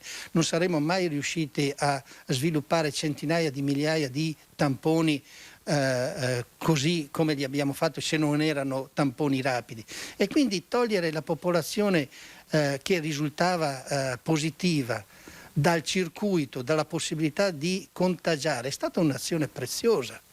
Oltre ai controlli coi test rapidi, per evitare l'eventuale formarsi di nuovi focolai, la mossa decisiva è una campagna vaccinale che proprio in queste giornate sta viaggiando a pieno ritmo. L'appello che abbiamo fatto nei giorni scorsi agli over altri lo facciamo anche per gli over 50. Perché? Perché ci sono appunto i quarantenni che premono, hanno anche loro il diritto di essere vaccinati. Marco Serena, ce l'abbiamo al telefono, il sindaco di Villorba. Buongiorno sindaco. Buongiorno a tutti, scusatemi ma problemi tecnologici, videocamera fa i capricci. Li conosciamo bene noi, non si preoccupi, i problemi tecnologici sono anche, insomma, capita, stiamo facendo dirette ormai da 1 anno e mezzo e assolutamente succede. La ringraziamo invece per essere comunque in collegamento con noi. Allora, una potenziale di fuoco, come ama definirla sempre il presidente Zaia, questo nuovo centro vaccinale. Immagino che la onori sapere che è sul suo territorio e tra l'altro la posizione è strategica. Spieghiamo bene dove si trova perché ci stanno chiamando. Beh, allora il nuovo vaccinale si trova proprio di fronte allo stabilimento di un'altra grande impresa che è sede a Villorba, che è la Benetton Group, quindi insomma dall'accesso della Benetton Group a Castrette, che credo che sia un edificio che tutti possono riconoscere. Per accedervi comunque si prende la bretella che si chiama Via della Cartiera, che è l'ultimo tratto della tangenziale, diciamo, di catena, quindi dalla Postumia Romana, poi si sale a nord appena passata quella grande rotatoria un po' a fagiolo che si trova lungo la Postumia. Allora, sarà chiuso invece l'altro centro, quello di Villorba. Voi come siete entrati in questa partita della realizzazione di questo centro vaccinale? Ci racconta un po' in retroscena, come è nata l'idea? Retroscena. Allora, noi abbiamo messo a disposizione da subito una struttura comunale che era affidata a un'associazione che è quella del bocciodromo. dove negli ultimi 3 mesi sono stati eseguiti pensi 74.000 vaccinazioni, insomma, quindi un grosso lavoro fatto grazie veramente all'abnegazione del personale sanitario che è fatto in 4 per cercare di raggiungere l'obiettivo di superare ogni difficoltà in questo periodo. Consentitemi da sindaco di ringraziare i tanti volontari che ci hanno dato una mano, dalla protezione civile all'ABI, insomma tante associazioni diverse che sono intervenuti e hanno fatto la loro parte, e anche l'associazione che ha rinunciato alla propria sede per questi 3 mesi. Certo. Per questa nuova avventura invece cosa succede? Era ovvio che l'ULSS stesse cercando un centro più grande, meglio organizzato, dove raccogliere anche l'attività di altri centri vaccinali. Sono state fatte delle proposte all'ULSS 2 e è stata scelta la sede appunto dove ieri è stato presentato il nuovo centro vaccinale che da domani aprirà i battenti. Senta Sindaco, il fatto che sia un concittadino, un imprenditore a mettere a disposizione questo luogo è un bel messaggio, no? Anche per proprio il mondo produttivo del nostro Veneto. Non direi solo per il mondo produttivo del nostro Veneto, ma per l'intero paese. Allora, intanto è bello sapere che non è stato l'unico imprenditore a mettere a disposizione degli spazi. Comunque il signor Zago va ringraziato per il sacrificio, per lo sforzo che la sua azienda ha messo in campo. Ma è sicuramente bello sapere anche che non è stato l'unico, insomma, che quindi c'è una sensibilità sociale dell'impresa che evidentemente da queste parti funziona. Ci può fare qualche anticipazione? Non li può svelare i nomi di altri imprenditori illuminati che si sono messi a disposizione? Ma no, io guardi, ecco, questo non credo serva in questo momento, ma proprio perché insomma, le valutazioni poi sono state fatte magari su questioni oggettive e non soggettive, ovviamente, e quindi sapere solo che altri si sono avvicinati per dire ci siamo anche noi se serve, e credo che insomma sia un punto d'orgoglio del nostro territorio. Lei si è vaccinato? Io no, aspetto il mio turno. Lei è ancora giovanissimo. Sono prenotato ma non ancora vaccinato. Va bene, senta, ho fatto la stessa domanda anche al suo collega di Mestrino. Dove la crisi portata dal Covid ha colpito più duro nel suo comune? Quali sono insomma le fragilità che lei di cui si sta interessando? Le fragilità sono molte purtroppo, devo dire che certamente chi sente di più la crisi in questo momento sono le partite IVA e le più piccole, che si sono trovate impreparate di fronte alla situazione, economicamente anche impreparate, e che hanno avuto dei ristori risibili. Poi per carità c'è anche qualche famiglia in sofferenza, magari anche composta da genitori o da adulti che sono dipendenti, che si sono visti ridurre le loro entrate a causa della cassa integrazione e dei ritardi nell'erogazione della cassa integrazione. Ci auguriamo... questi in misura minore rispetto alle partite IVA. Sì, ci auguriamo che insomma questo decreto sostegni che sarà in discussione nei prossimi giorni sappia davvero guardare a queste categorie che si sono fatte sentire molto. Noi abbiamo dato molto loro spazio proprio perché sono davvero coloro che stanno pagando il prezzo più alto, non sono garantiti. Il Covid ha davvero creato uno spartiacque tra i garantiti e i non garantiti, quindi davvero ci auguriamo che il decreto sostegni questa volta si rivolga davvero a loro. Grazie Sindaco per essere stato... Posso fare solo un'altra battuta velocissima? Prego. Ecco, e l'altra attenzione deve essere data a chi è solo, che magari non ha problemi economici ma ha problemi di solitudine. La solitudine fa gran brutti scherzi. Grazie. Grazie Sindaco, so che buona giornata a tutti. Grazie, arrivederci Sindaco di Villorba, Marco Serena. Allora noi adesso andiamo in pubblicità, vediamo se riusciamo ancora poi a collegarci con Verona. È in corso l'incontro Milano-Cortina 2026, anche questo è un grandissimo potenziale per lo sviluppo economico del nostro territorio. Prima la nostra Luisa ha parlato di viabilità, la strada Alemagna, ci sono grandi cambiamenti in vista con grandi investimenti. Allora pubblicità e poi torneremo a parlare anche di questo. Visto orfani oggi del punto stampa che di solito è convocato alle 12:30 presso l'unità di crisi di Marghera, ma il presidente Zaia è impegnato insieme al governatore della Lombardia in un incontro con il viceministro e i presidenti delle province autonome di Trento e Bolzano per parlare di Milano Cortina 2020, e noi vi faremo vedere in diretta il punto stampa che è stato convocato al termine dell'incontro, che è in corso proprio mentre vi stiamo parlando. Abbiamo accennato al post del comico rodigino Natalino Balasso in risposta alle dichiarazioni del presidente Zaia. Vi facciamo vedere la discussione che c'è stata ieri in onda a Ring, che peraltro torna anche questa sera a partire dalle 21:15, tra Elena Ostanel, il Veneto che vogliamo, in Consiglio regionale, e il sindaco di Treviso e presidente ANCI Mario Conte, proprio su questo tema. Sentite su che cosa hanno dibattuto, che cosa si sono detti. Il Veneto che vogliamo e non l'opposizione e la sinistra. Io sono membro di una lista civica. Ritengo che chiunque faccia un'esposizione appunto contro una persona e leda la sua dignità abbia la possibilità di andare fino in fondo a vedere se questo intervento è stato lesivo con la della magistratura, chiarissimo.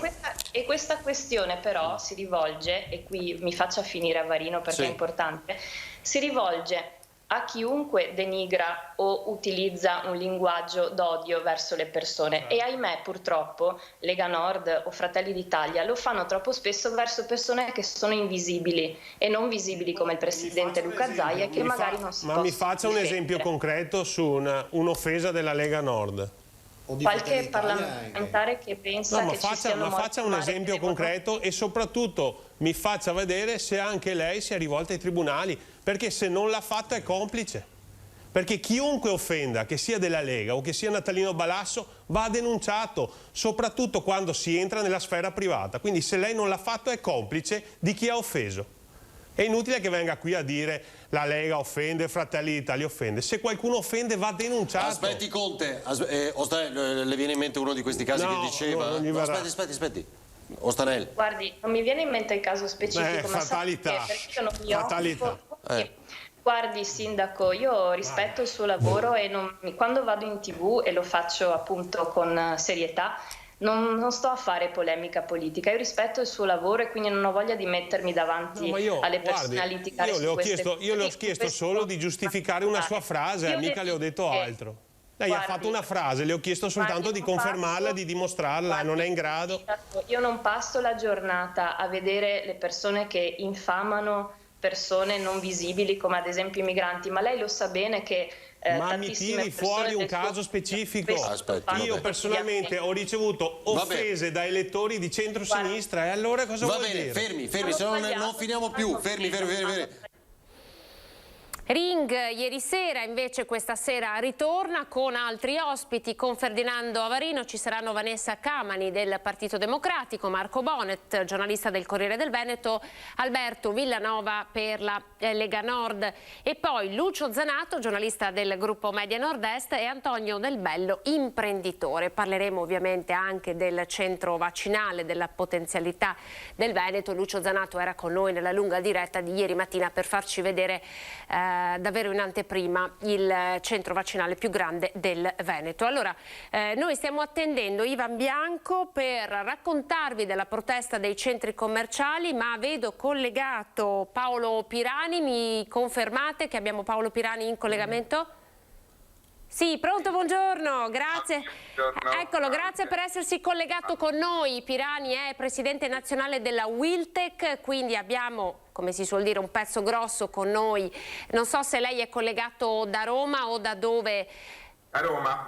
Da Roma. Allora, grazie per la sua disponibilità. Noi l'abbiamo contattata perché alcuni giorni fa lei era in Veneto perché ha partecipato ai tavoli di lavoro per Porto Marghera. Il grande tema è quello della rinascita industriale del nostro paese, il tema del lavoro, e poi che si inserisce in un altro grande capitolo che è quello del Recovery Fund. Allora, intanto partiamo da Porto Marghera.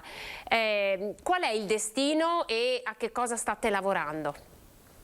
Domani ci sarà l'incontro con il governo domani pomeriggio al Ministero delle Attività Produttive. Saranno presenti i presidenti delle regioni interessate al quadro della chimica dell'area padana, ovvero sia il Veneto, la Lombardia, l'Emilia Romagna, i sindaci di Venezia, di Ferrara, di Mantova e di Ravenna, Confindustria, l'ENI, le organizzazioni sindacali ed il governo, sia del Ministero delle Attività Produttive che del nuovo Ministero per l'Ambiente, per discutere il futuro della chimica dell'area padana e di Porto Marghera. Ci è stata annunciata la decisione di chiudere il cracking di Porto Marghera nei giorni scorsi.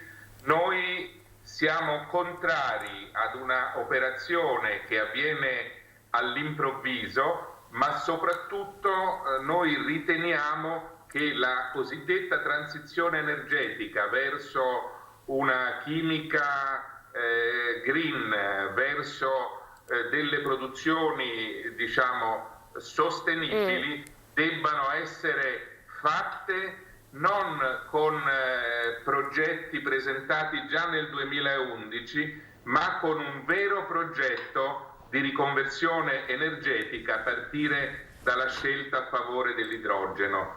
Di questo se ne parla poco nelle proposte presentate da Eni. Ecco perché diciamo occorre darci una tempistica diversa per legare il futuro della chimica a nuovi e reali investimenti. Questo lo diremo domani al governo, lo abbiamo già detto ad Eni.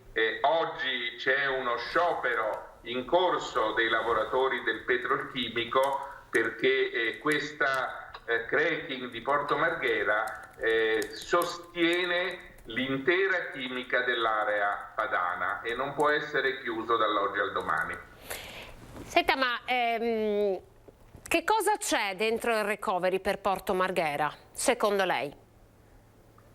Nel recovery non c'è scritto nulla per Porto Marghera. Ci sono delle linee guida sulla transizione energetica, esatto, che puntano all'abbattimento delle emissioni di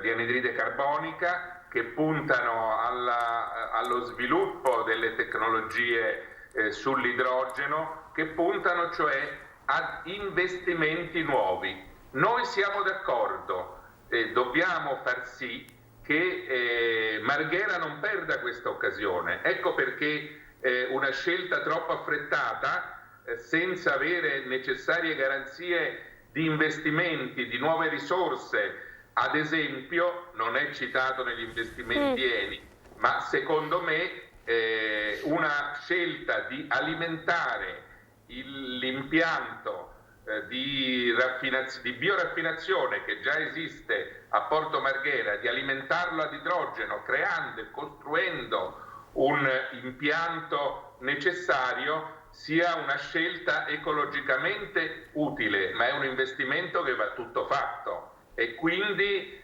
diamoci i tempi necessari, ma mettiamo risorse perché nasca una nuova Porto Marghera ecologicamente sostenibile. Ma di quante risorse stiamo parlando?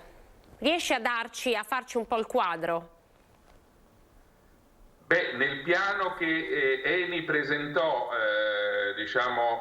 precedentemente era un piano che prevedeva quasi 200 milioni di investimento. Noi non vogliamo che era un piano che ha presentato Eni. Certo. A questo noi vogliamo confermare queste risorse, ma dobbiamo aggiungerne di nuove prese dal recovery plan per trasformare, quest'area in un'area appunto di avanguardia sull'idrogeno e sulle nuove tecnologie. Fino ad allora chiusure non vanno fatte, non sono accettabili.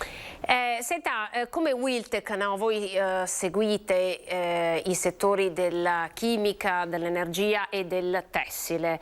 In questo anno e mezzo di piena crisi pandemica, stiamo vedendo la luce in fondo al tunnel soltanto adesso. Quali sono le situazioni più gravi di cui vi state occupando? Il tessile sicuramente, il sistema moda in termini più generali è tra quelli più colpiti dopo il settore del turismo, del terziario, dalla emergenza della pandemia. Ci sono grossi rischi soprattutto per le piccole imprese, per il tessuto diffuso della nostra economia. Per questo noi chiediamo al governo, e lo abbiamo fatto assieme agli imprenditori, l'adozione di un piano di emergenza, di sostegno al settore, non solo in termini di ammortizzatori sociali, ma favorendo il rientro delle produzioni, favorendo la formazione, favorendo l'introduzione di nuove tecnologie. Abbiamo avuto un incontro al Ministero delle Attività Produttive con Giorgetti l'altro giorno e dopodomani ci incontreremo anche con il Ministro del Lavoro Orlando. Siamo sul campo perché il tessile, il Made in Italy, torni ad essere un elemento di eccellenza per lo sviluppo industriale del nostro Paese, con tutto il peso che questo ha sicuramente in un'area come quella del Veneto. A proposito del tessile, parlerete anche di sicurezza sul lavoro con il Ministro Orlando. So che avete un webinar in programma il 17 di maggio proprio su questo, anche alla luce, insomma, degli ultimi fatti tragici che continuano in realtà a capitare, perché stiamo parlando di Luana, ma in realtà ne abbiamo avute tanti di morti sul lavoro dall'inizio dell'anno, un numero enorme, inaccettabile. Parlerete anche di questo? Certo, è una strage, 3 morti sul lavoro al giorno, è una vera e propria guerra che non si ferma. Occorre aumentare i controlli. Ci sono un tempo in Italia c'erano 10.000 ispettori del lavoro, oggi saranno 3.000, vanno fatte assunzioni, vanno sviluppati i controlli, soprattutto va allargata la formazione dei lavoratori e degli imprenditori, va proprio perché la realtà è una realtà anche fatta di piccole imprese e occorre che questi controlli si radichino fortemente sul territorio. E poi una cosa più generale, si parla tanto di nuove tecnologie, ebbene queste tecnologie, oltre a garantire il profitto, possono e devono garantire la sicurezza delle persone, quindi vanno investite verso i termini e i temi della sicurezza. È una vera e propria emergenza. Noi chiederemo al governo l'assunzione di nuovi provvedimenti, di far rispettare le leggi, di utilizzare anche le risorse non spese dell'INAIL, perché la sicurezza, in altri termini, pensare ad una fabbrica che si organizza non attorno al profitto, ma attorno al benessere di chi ci lavora e delle persone. Non è accettabile che esiste nel nostro paese una marea di fantasmi che scopriamo solo quando muoiono. Non è accettabile che Luana l'abbiamo conosciuta nel momento della sua tragica scomparsa. Senta Pirani, si pensava che le nuove tecnologie, l'informatizzazione, la digitalizzazione, si pensava che il progresso avrebbe migliorato le condizioni del lavoro. Stiamo vedendo che non è sempre vero questo. E infatti le tecnologie non sono neutrali, vanno utilizzate, ecco perché noi pensiamo sia necessario fare una scelta di partecipazione, avere un sindacato nelle aziende, sul territorio, che contratta le scelte organizzative, che contratta l'uso delle nuove tecnologie. Noi abbiamo avuto alcuni esperimenti molto importanti, certamente in grandi imprese, dove la tecnologia è usata per prevenire l'incidente. Nella piccola impresa questo spesso non succede e occorre che questo avvenga, ecco perché riteniamo il territorio, l'intervento anche pubblico, l'intervento delle associazioni sia decisivo per creare un sistema in cui non si vada a lavorare come si stesse sopra un cornicione. Grazie Paolo Pirani, segretario nazionale della Wiltec, grazie per essersi collegato con noi da Roma, grazie, arrivederci. Arrivederci. Allora, da un tema ad un altro, la protesta dei negozi che si trovano all'interno dei centri commerciali e che ormai da molto tempo non possono aprire il sabato e la domenica. Vediamo se c'è collegato con noi Ivan Bianco, la regia mi dice di sì, e intanto alle mie spalle si sta allestendo la sala stampa all'interno del padiglione Fiere di Verona, eccola qui, la vedete, perché stiamo aspettando di ascoltare, la trasmetteremo in diretta, la conferenza stampa che racconterà che cosa è stato deciso, che cosa è stato detto nell'incontro su Milano Cortina 2026. Pronto Ivan? Salve, eccolo, buongiorno. Allora, Ivan Basso è titolare, uno dei soci del centro commerciale Veneggia, quindi siamo nel Bellunese. Buongiorno. Buongiorno. Allora, io ho anche delle immagini che lei ci ha inviato, ma sostanzialmente lei, come tanti altri suoi colleghi, ha aderito alla protesta convocata a livello nazionale. Alle 11 avete abbassato le serrande, avete spento le luci per dire basta. Quanto stanno pesando queste chiusure durante il weekend per voi dei centri commerciali? Diciamo che questa situazione è iniziata a novembre. Purtroppo non coinvolge solamente il sabato e la domenica, ma si tratta anche di festivi e prefestivi. Questo causa una perdita molto grande e consistente per tutte le attività, soprattutto in una zona di montagna come la nostra, in quanto le criticità dei paesi che sono vicini alla città sono molto distanti, non è come una zona di pianura, per cui le perdite si aggirano attorno al 40-50% mese, e questo da 6 mesi. Per cui sta diventando una situazione insostenibile per tutti. Stiamo vedendo le immagini di un centro commerciale, vedete le vetrine sono chiuse, però non tutti hanno aderito. No, diciamo da noi hanno aderito tutti sostanzialmente. Forse il filmato riprende l'inizio proprio dell'apertura della scadenza dei 15 minuti di chiusura, però nella realtà abbiamo aderito tutti. Dopo qualcuno ha tenuto chiuso qualche minuto in più, qualcuno qualche minuto in meno. Ecco. La cosa importante è che non si capisce questo provvedimento in quanto i centri commerciali paradossalmente hanno, e anche noi adottiamo, delle misure di sicurezza e di igiene per tutelare la salute dei dipendenti e per tutelare la salute dei cittadini, che sono delle misure di monitoraggio dell'affluenza, oltre che di igienizzazione di tutto quello che riguarda gli ambienti, i carrelli per le spese, eccetera, eccetera. Pertanto sono dei luoghi più sicuri rispetto anche ad un mercato oppure a un centro storico dove l'affluenza sicuramente non può essere controllata e monitorata come in un centro commerciale. Io non so se lei Ivan ricorderà, ma abbiamo visto arrivare da città ovviamente molto più grandi come Roma e Milano immagini di centri commerciali quando ci fu ancora un anno fa l'uscita dal lockdown, le prime riaperture dei centri commerciali. Io ricordo le immagini della Ressa che fecero tanto scalpore, no? Ne eravamo appena usciti. In tanti demonizzano il centro commerciale come luogo chiuso in cui c'è la possibilità che appunto si creino situazioni di assembramento soprattutto durante il weekend. Lei ci sta dicendo che invece voi potete gestire gli ingressi all'interno del centro commerciale? Credo che questa sia una prerogativa di tutti i centri commerciali, no? E che tutti possono gestire questa cosa. Diciamo che è molto più vantaggioso poter gestire un centro commerciale paradossalmente chiuso. Lo facciamo durante la settimana con degli ingressi monitorati e con un numero di persone ben prestabilito per un discorso di normativa di legge nei confronti dell'accesso ai singoli negozi. Pertanto questa cosa qui la possiamo applicare comodamente anche il sabato e la domenica.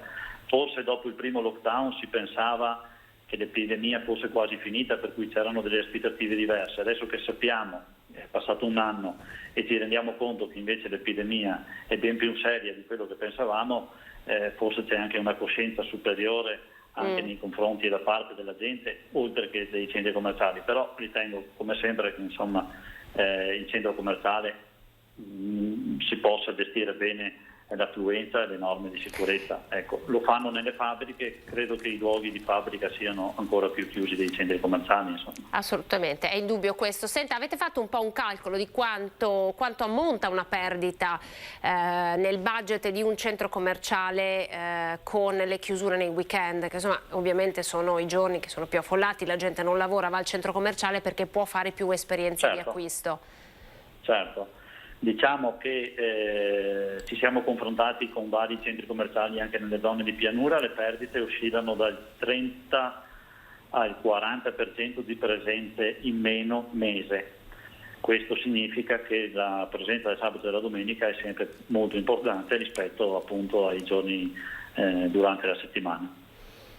Grazie Ivan, noi abbiamo anche altri video che poi faremo vedere questa sera nel corso dei nostri notiziari. Siamo andati personalmente con una troupe per parlare proprio con i negozianti che hanno le loro attività all'interno di un centro commerciale. Comunque lei ci sta dicendo che l'adesione a questo, come possiamo chiamarla, questa manifestazione pacifica? Sì. È stata buona? Credo che l'adesione sia stata buona, adesso non ho ancora sentito i vari operatori da parte di tutti i centri commerciali, però ritengo che con l'esclusione della grande distribuzione, che purtroppo è sempre un po', diciamo, viaggia sempre su un binario un po' parallelo, credo che l'adesione, a quanto ho sentito tante aziende anche del sud Italia, di Napoli, di Roma, con cui mi interfaccio e ho rapporti di lavoro, diciamo che sono tutti stati molto coesi e uniti in questa manifestazione, e mi auguro che sia così per risolvere questa problematica che forse anche il governo un po' gli è sfuggita, diciamo. Grazie Ivan Bianco, sicuramente avremo delle risposte anche a breve, insomma la cabina di regia si dovrà riunire entro i prossimi giorni. Lei è titolare del centro commerciale Veneggia a Belluno, grazie per essere stato in nostra compagnia. Arrivederci. Arrivederci. Intanto è stata battuta un'ansa, dichiarazioni del presidente del Veneto Luca Zaia, probabilmente fermato da alcuni colleghi prima di iniziare l'incontro a Verona, legate al coprifuoco. Il tema del coprifuoco spero verrà risolto, dato che abbiamo una riunione oggi alle 17 con il governo. Dunque questa è una notizia. La posizione originaria dei presidenti delle regioni era di portarlo alle 23, adesso io spero che si guardi anche un po' più in là, quindi il tema è riuscire ad allungare fino alle 24, lo ha detto oggi il presidente del Veneto Luca Zaia. Poi c'era un'altra notizia interessante che è stata battuta dall'ANSA e riguarda l'Arena di Verona. Sapete che era arrivata la richiesta di poter aumentare il numero dei posti a sedere per gli spettatori. La notizia è questa: l'Arena di Verona potrà ospitare fino a 6.000 spettatori durante il prossimo festival lirico e altri concerti musicali. La Regione Veneto ha accolto la proposta della Fondazione Arena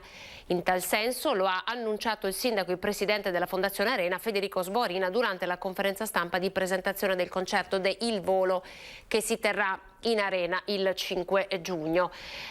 Sborina ha confermato che è arrivato ufficialmente il via libera della Regione per la deroga a 6.000 spettatori. Il presidente Zaia si era proprio impegnato in questo senso. Allora, prove tecniche di conferenza stampa, alle mie spalle ancora la postazione piuttosto semplice per la verità, ma i microfoni delle televisioni del Veneto ci sono tutti. Milano Cortina, non solo il Veneto ovviamente, ma normalmente anche i media nazionali, proprio perché l'evento è nazionale, con spettatori a livello internazionale. Olimpiadi invernali Cortina Milano 2026. Allora, prima di dare la linea a Verona per ascoltare che cosa è stato detto durante l'incontro, apriamo la pagina della cronaca e andiamo immediatamente a Treviso. Sapete che si stanno continuando le ricerche del pirata della strada che ha investito e ucciso un pensionato. Siamo nel quartiere di Sant'Antonino, è stato identificato grazie alla targa, ma l'investitore risulta ad oggi ancora irreperibile. Essere riusciti in pochissime ore ad avere la certezza della targa è un grandissimo risultato che fa giustizia anche di questa persona che è deceduta. La polizia locale di Treviso è riuscita a identificare l'automobilista che sabato sera lungo via Podgora nel quartiere di Sant'Antonino ha urtato con lo specchietto e fatto cadere il 76enne Luciano Paro, dandosi poi alla fuga. L'anziano finito a terra sembrava aver rimediato solamente la frattura di una caviglia, ma in pronto soccorso il suo cuore ha ceduto. Le indagini dei vigili sono proseguite senza sosta. L'attenzione, grazie al racconto dei testimoni, si è focalizzata su una Golf bianca. Che attraverso i sistemi di videosorveglianza privati che sono presenti in questa via e anche la videosorveglianza della città siamo riusciti ad individuare il veicolo, il pirata della strada, che sabato sera ha ucciso un uomo in questa via. Sul responsabile pende l'accusa di omicidio stradale e omissione di soccorso. Al momento l'automobilista, di mezza età, un cittadino kosovaro residente in un comune della cintura urbana di Treviso, non si trova. L'uomo risulta essere irreperibile, però lo stiamo cercando. L'importante era avere la targa e su questo non ci sono dubbi, perché abbiamo un fotogramma ben chiaro con il danno avuto sull'autovettura. Lo specchietto retrovisore destro mancante, quindi era frutto di questo urto con l'uomo che poi è deceduto all'ospedale. Il sindaco Mario Conte ha espresso la vicinanza dell'amministrazione alla famiglia della vittima, rivolgendo poi un messaggio all'investitore. L'appello che faccio a colui che purtroppo ha investito questa persona è quello di costituirsi, perché ormai è stato identificato, e quindi io credo che bisogna mettere la parola fine a questa vicenda facendo giustizia. Da Treviso andiamo nel Vicentino invece a Thiene, dopo il grande bruttissimo incidente in volo dove 2 paracadutisti si sono incrociati, uno di loro ha perso la vita. È stata aperta un'indagine, vediamo. Si indaga a 360 gradi per riuscire a capire l'esatta dinamica che ha portato alla tragedia che ha trasformato in dramma la giornata di 2 paracadutisti esperti. I carabinieri della stazione di Thiene, capitanata dal luogotenente cariche speciali Fabio Piantoni, stamattina ci ha raccontato come, su indicazione del PM Barbara De Munari, che sta portando avanti le indagini, abbiano proceduto al sequestro di tutta l'attrezzatura di lancio dei 2 giovani, imbragature, caschi, GoPro, la mini telecamera che Basile aveva installato davanti al casco. Sarà forse questa a dare una svolta? La risposta che tutti attendono sul fatto che in fase di atterraggio, sui 20-30 metri di altezza, le 2 vele si sono attorcigliate fra loro, perdendo portanza e facendo precipitare i paracadutisti provetti, causando appunto la morte di Emiliano Sergio Basile e il ferimento dell'americano Aaron Waller. Le fasi delicate sono infatti il lancio, l'apertura del paracadute e l'atterraggio. In tutti e 3 i momenti vige l'obbligo di distanziamento fra paracadutisti per evitare anche il fenomeno del risucchio dell'aria qualora le vele fossero troppo vicine fra loro. Da valutare ancora le testimonianze degli altri compagni di lancio, di 2 testimoni che avrebbero assistito alla scena. I testimoni potevano essere più numerosi se solo l'episodio fosse avvenuto davanti agli occhi di chi stava pranzando all'esterno del ristorante del piccolo aeroporto. Invece il luogo della tragedia è stato più a sud della torre di controllo. A breve sarà disposta anche l'autopsia sul corpo di Massimiliano Basile, istruttore ritenuto capace e molto prudente. Allora, noi dopo questa breve pagina di cronaca vi facciamo vedere le previsioni del tempo e andiamo in pubblicità. Poi ci collegheremo con il nostro Christian Arboit, che ha appena incontrato il direttore generale dell'ULSS 2 Francesco Benazzi. Diamo un po' di chiarimenti sulla posizione, il nuovo ruolo del punto vaccinale all'ex Maber, perché sapete aprirà domani, quindi oggi è l'ultimo giorno in cui i punti ex Dogana, Luvigliano e Villorba con il bocciodromo saranno in funzione proprio per fare i vaccini, ma ci racconterà tutto il nostro Christian. Intanto previsioni del tempo e pubblicità.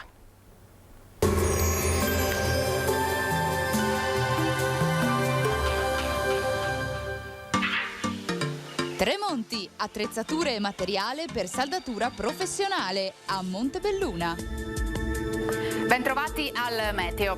Andiamo incontro a giornate movimentate dal punto di vista meteorologico. Arriva un'intensa perturbazione sul nostro territorio e le piogge purtroppo non molleranno la presa. Vediamo dunque insieme il dettaglio. Sul Veneto martedì 11 maggio avremo un tempo spiccatamente instabile, piogge un po' dappertutto, in particolare sulle zone montane e pedemontane sono attesi fenomeni temporaleschi anche intensi. Venti moderati dai quadranti orientali, temperature in lieve calo, minime tra 11 e 13 gradi, valori massimi compresi invece tra i 16 e i 19 gradi all'incirca. Ci spostiamo ora sul Friuli Venezia Giulia, dove la grafica ci mostra una situazione simile, rovesci dappertutto, a tratti saranno anche forti. Temperature minime tra 12 e 14 gradi, massime sui 20-22 gradi. Infine uno sguardo alla situazione del Trentino Alto Adige, dove lo scenario sarà lo stesso, maltempo con rovesci e temporali un po' dappertutto. Temperature minime intorno agli 11 gradi, massime infine sui 17 all'incirca. Dal meteo per ora è tutto, vi auguro come sempre un buon proseguimento con Antenna 3.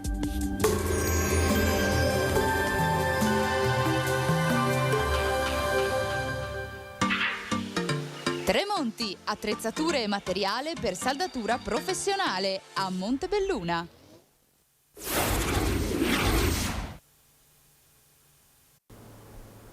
Ben ritrovati con l'informazione di Antenna 3, edizione straordinaria. Continuiamo a raccontarvi che cosa sta accadendo nel territorio. Abbiamo toccato vari temi, dalla riapertura con le visite in presenza delle case di riposo, le varie IPAB sul territorio si stanno adeguando a quelle che sono le linee guida emanate dal Ministero nella giornata di sabato. Poi il tema del coprifuoco probabilmente slitterà alle 23, la protesta pacifica dei centri commerciali che hanno chiuso le serrande simbolicamente per 15 minuti alle ore 11. Ancora la campagna vaccinale con l'apertura del grande hub all'ex Maber e la potenza vaccinale del Veneto che potrebbe arrivare a 100.000 inoculazioni al giorno. Ancora il post di Natalino Balasso, la querela per diffamazione. Ci sono davvero tanti temi e tante notizie che vi stiamo raccontando, e poi siamo in attesa di collegarci con Verona perché è atteso il punto stampa per parlare dei giochi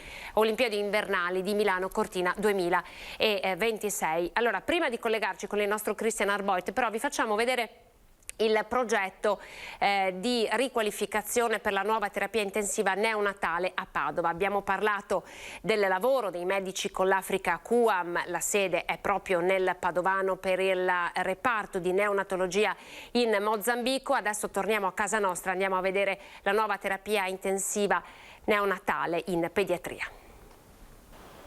La terapia intensiva pediatrica è tornata al secondo piano di pediatria. Nell'agosto del 2017 il reparto era stato costretto a spostarsi nella clinica ostetrica per un restauro edilizio urgente.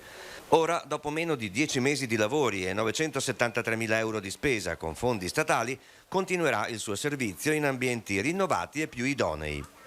Destinato all'accoglienza dei bambini più gravi, non soltanto bambini precedentemente sani, ma anche bambini che sono già seguiti all'interno di questo dipartimento con malattie croniche che si riacutizzano e che si complicano, e che quindi sono bambini che hanno bisogno del loro specialista di riferimento, ma anche di medici e infermieri capaci di tenerli in vita, diciamo, quando la malattia mette in pericolo la loro vita. Per cui è un reparto che ha una trasversalità molto importante all'interno di un dipartimento pediatrico. 340 metri quadri con 12 posti letto totali, adeguati o rifatti come nuovi gli impianti, rifatti i pavimenti, rivestimenti, controsoffitti. 16 le specialità pediatriche che fanno riferimento a questa specialissima rianimazione, dove transitano ogni anno circa 500 piccoli pazienti. Anche quelli con il Covid? No, perché di fatto non potevamo garantire l'assoluto isolamento dove eravamo. La risposta è sì, nel momento in cui abbiamo trasferito una stanza in pronto soccorso gestita in combinazione con l'equipe della pediatria d'urgenza e della terapia intensiva pediatrica. Noi abbiamo realizzato un qualcosa che non poteva più aspettare. Quello che stiamo inoltre realizzando veramente che dovrà dare stabilità all'attività pediatrica è la nuova appunto pediatria che sta procedendo secondo un cronoprogramma ben definito. La Fondazione Salus Pueri ha donato 30.000 euro per questo progetto. Tra i volontari c'è chi lo ha decorato facendolo diventare un acquario. Pesci grandi e piccoli, acqua e fondali marini sulle pareti e anche sui soffitti, così da aprire gli occhi e sognare una favola. In ospedale. E ora con Cristian Arboite per parlare invece di ULSS 2, marca trevigiana. So che Cristian, buongiorno, ben ritrovato, ha incontrato da poco il direttore generale Francesco Benazzi. Sì, buongiorno Anna, buongiorno a te e a tutti i telespettatori. È così, ho incontrato da poco per un aggiornamento il direttore generale Benazzi e ci sono delle buone notizie, è giusto partire da queste perché l'indice R continua, la marca continua ad abbassarsi, siamo a 0,59, il dato è di queste ore, si tratta di uno dei dati più bassi dall'inizio della pandemia e ovviamente Benazzi lo accoglie con estrema soddisfazione, dicendo anche che non bisogna abbassare la guardia, formula che ormai ben conosciamo. Il dato positivo, Anna, è che in questi giorni si sta verificando anche un abbassamento del contagio nelle scuole della marca, che come sai sono sorvegliate speciali. Anche qui gli accessi di giovani e giovanissimi nei punti tampone sono in diminuzione, quindi anche questa è una cartina di tornasole dell'emergenza pandemica che stiamo vivendo, mentre appunto continua ad andare avanti a tamburo battente la campagna vaccinale. Ieri l'ULSS 2 marca trevigiana è stata quella che in Veneto ha somministrato sia in termini assoluti che relativi il maggior numero di vaccini. Siamo a circa 7.600 in un solo giorno. Dall'inizio della campagna i sieri somministrati sono stati 363.937.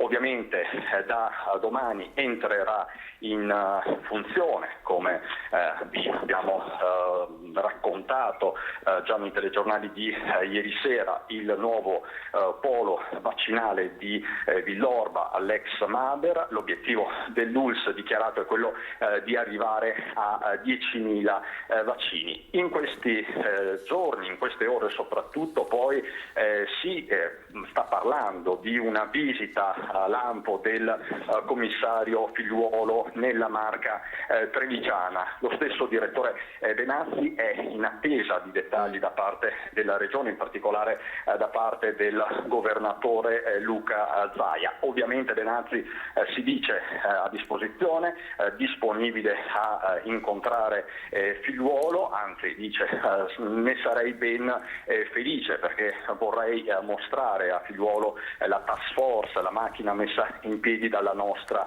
ULSS. Tra l'altro l'ex Maber diventerà il centro vaccinale più grande del Veneto. Sul messaggio da affidare a Figliuolo, Benazzi non ha dubbi, servono più vaccini, noi siamo pronti a somministrarne tanti, fino a 10.000 nella marca e anche di più. Del resto l'obiettivo dichiarato anche della regione, lo hai detto te poco fa, è quello di 100.000 dosi al giorno. Poi se ho tempo ti do due veloci aggiornamenti di cronaca.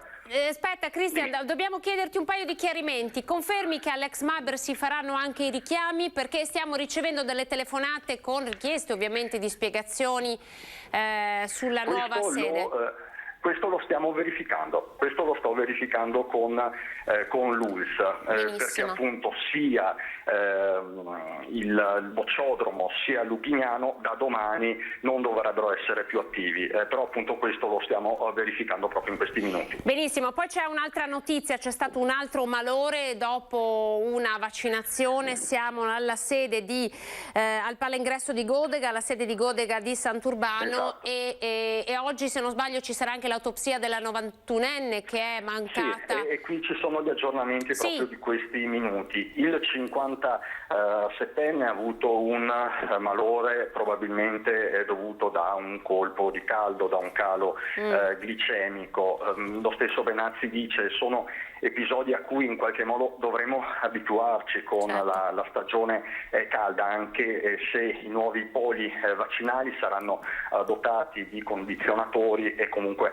permetteranno un certo ricircolo dell'aria, ma questo è uno dei problemi che erano già stati sottolineati anche dalla direzione generale nei mesi scorsi con la bella stagione. Per quanto quanto riguarda la 91enne Irma Dall'Acqua, ti posso dire che l'autopsia è stata effettuata questa mattina nel reparto di anatomopatologia del Cafoncello e non c'è nessuna relazione tra la seconda dose, la somministrazione della seconda dose di vaccino Pfizer e l'infarto che ha stroncato la donna un'ora dopo nel parcheggio del bocciodromo di Villorba.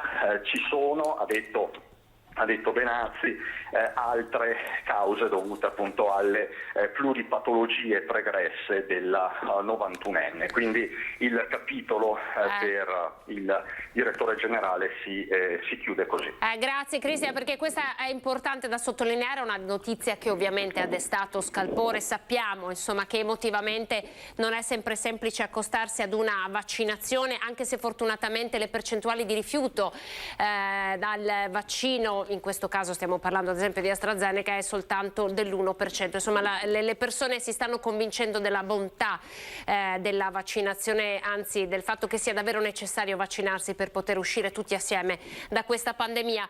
In ultimo, Cristian, so che sei stato a fare un giro a centri commerciali questa mattina nel Trevigiano per capire chi ha aderito alla protesta pacifica. Com'è andata? Allora, diciamo che è stata una protesta a macchia di leopardo. Alcuni negozi per qualche istante hanno aderito abbassando le saracinesche, altri hanno tenuto aperto, ma per motivi diciamo così più pratici. Alcuni mi hanno confidato che è l'orario di maggior afflusso e che vista la crisi non si possono permettere di rinunciare nemmeno a un cliente. Detto questo, la situazione nei centri commerciali è devastante. Stamattina molti operatori mi hanno parlato di perdite tra il 70 e l'80%, del resto i centri commerciali vivono soprattutto del weekend, del sabato e della domenica in particolar modo dopo la liberalizzazione avvenuta ancora nel 2012 con il governo Monti. Quindi diciamo che la domenica è essenziale per questo genere di attività. Un operatore in particolare mi ha detto: ho perso 200.000 euro di fatturato e mi sono arrivati soltanto 8.000 euro di ristori. Se va avanti così chiudo entro l'anno. Ci hai mandato, Cristian, questo... scusami se ti interrompo, chiedo alla regia di far vedere questa foto perché è un po' l'emblema. Tu hai mandato una foto, dove sei intanto qui? Questa è una foto emblematica della siamo fuori Treviso, siamo al secondo piano del centro commerciale di Mestre, non do la marca, ma insomma lo conosciamo tutti. È uno scenario desolante, esatto. È di alcuni giorni fa. I negozi sono chiusi ormai da tempo, c'era un'area food che impiegava decine di giovani, soprattutto c'erano dei negozi di abbigliamento, ora c'è il vuoto, è un vuoto desolante. Nei mesi scorsi i sindacati della grande distribuzione erano scesi in piazza, ma adesso la situazione non riguarda soltanto i lavoratori messi in cassa integrazione, ma gli imprenditori che non ce la fanno a reggere. Certo. E considera una cosa, Anna, ci sono molti proprietari di questi centri commerciali, quindi le grandi società che stanno scontando e di parecchio gli affitti, quindi diciamo che in questo momento di crisi in molti stanno venendo incontro ai titolari di questi negozi che spesso sono in franchising, come ben sai, certo. Però non è sufficiente di fronte a perdite del 70-80%, da qui il grido d'allarme. Grazie Cristian Arboit. Ti lasciamo lavorare, intanto andiamo direttamente a Verona perché dovrebbe partire la conferenza stampa. Vediamo il presidente del Veneto Luca Zaia. Utilissimo, abbiamo parlato di Olimpiadi, abbiamo parlato ulteriormente con il vice ministro Morelli di quello che sono poi le strategie rispetto ad esempio al tema infrastrutture. Ricordo che sul miliardo di euro che già abbiamo in mano, diciamo, per le infrastrutture, 325 milioni sono dedicati al Veneto. Tra queste ricordiamo la variante di Cortina piuttosto che la variante di Longarone e altre opere. Dall'altro c'è il tema delle infrastrutture sportive. sui quali abbiamo già 145 milioni, e quindi un incremento sicuramente delle partite di finanziamento, ma anche la volontà di fare in modo che queste infrastrutture vedano la luce prima di arrivare al 2026 con le Olimpiadi.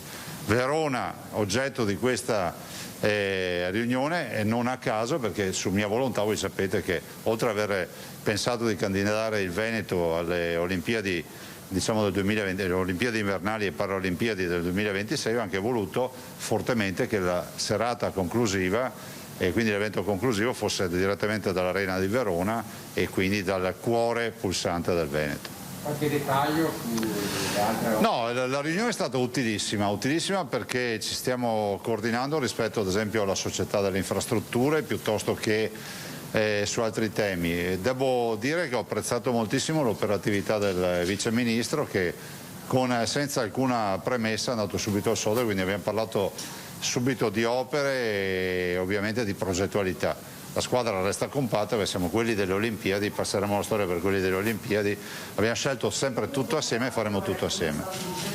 Ok? Grazie, buon lavoro. Si è appena concluso, il Presidente della Regione Luca Zaia ha da poco rilasciato le prime dichiarazioni, adesso subito il nostro ospite. Ecco, avete sentito dichiarazioni lampo da parte del Presidente Luca Zaia, rimaniamo ovviamente collegati con la sala stampa, adesso sta ancora parlando con i giornalisti, quindi ci ricolleghiamo con Verona.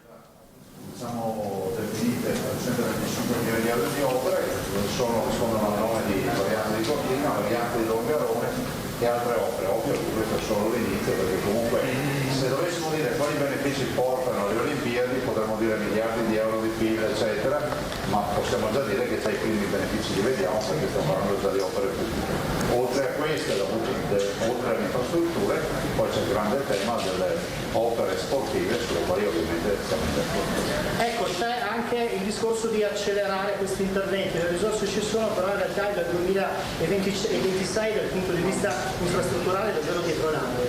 Noi abbiamo ribadito la richiesta di avere poteri commissariali per fare in modo che queste opere vedano la luce prima delle Olimpiadi. Noi vorremmo essere ricordati per coloro che hanno fatto una grande Olimpiade, hanno fatto grandi business planning e grandi progettazioni, ma poi alla fine le opere sono arrivate dopo le Olimpiadi. All'interno del dossier ci sono anche molto i treni a partire dalla TAV e anche il potenziamento delle Ma sì, ma dirò ancora di più anche l'idea di pensare di servire le Olimpiadi con mezzi di trasporto ad idrogeno, insomma questo era scritto nel dossier, sono impegni che ci siamo presi, andiamo avanti anche in questa direzione. Le Olimpiadi cambieranno la storia del bene. Grazie, grazie al Presidente Zaia, restituiamo la linea dello studio. Grazie a voi. Presidente, dici qualcosa sull'RT ospedaliero? L'ospedale? Sì, l'RT ospedaliero. Vi do un aggiornamento sulla salute. Allora, noi abbiamo una situazione dell'infezione decisamente in calo. Sono dati importanti che stiamo vedendo, non c'è il rischio di passare in zona arancione. Oggi abbiamo una riunione importante con il governo alle 17 per parlare ovviamente di tutto quello che sono poi i temi delle aperture. Continuiamo a confermare, il Veneto chiede che si valuti ovviamente il tema della soppressione del coprifuoco. Abbiamo una visione che non è quella degli aperturisti senza se e senza ma, sicuramente con obiettività, con senso della realtà, ma anche guardando avanti, pensando che è iniziata decisamente la fase della convivenza. Ricordo infine che abbiamo inoculato 2.100.000 dosi di vaccino, questo significa per noi oggi la possibilità di dire che teoricamente in via del tutto di calcolo matematico almeno una persona su due, scusami, no dicevo scusate, volevo dire che 2.100.000 dosi significa per noi avere in via teorica garantito almeno una prima dose a metà dei veneti che sono vaccinabili, sopra i 16 anni sono 4.200.000, quindi questo è il dato di oggi. Un veneto su due in via teorica ha avuto questa possibilità.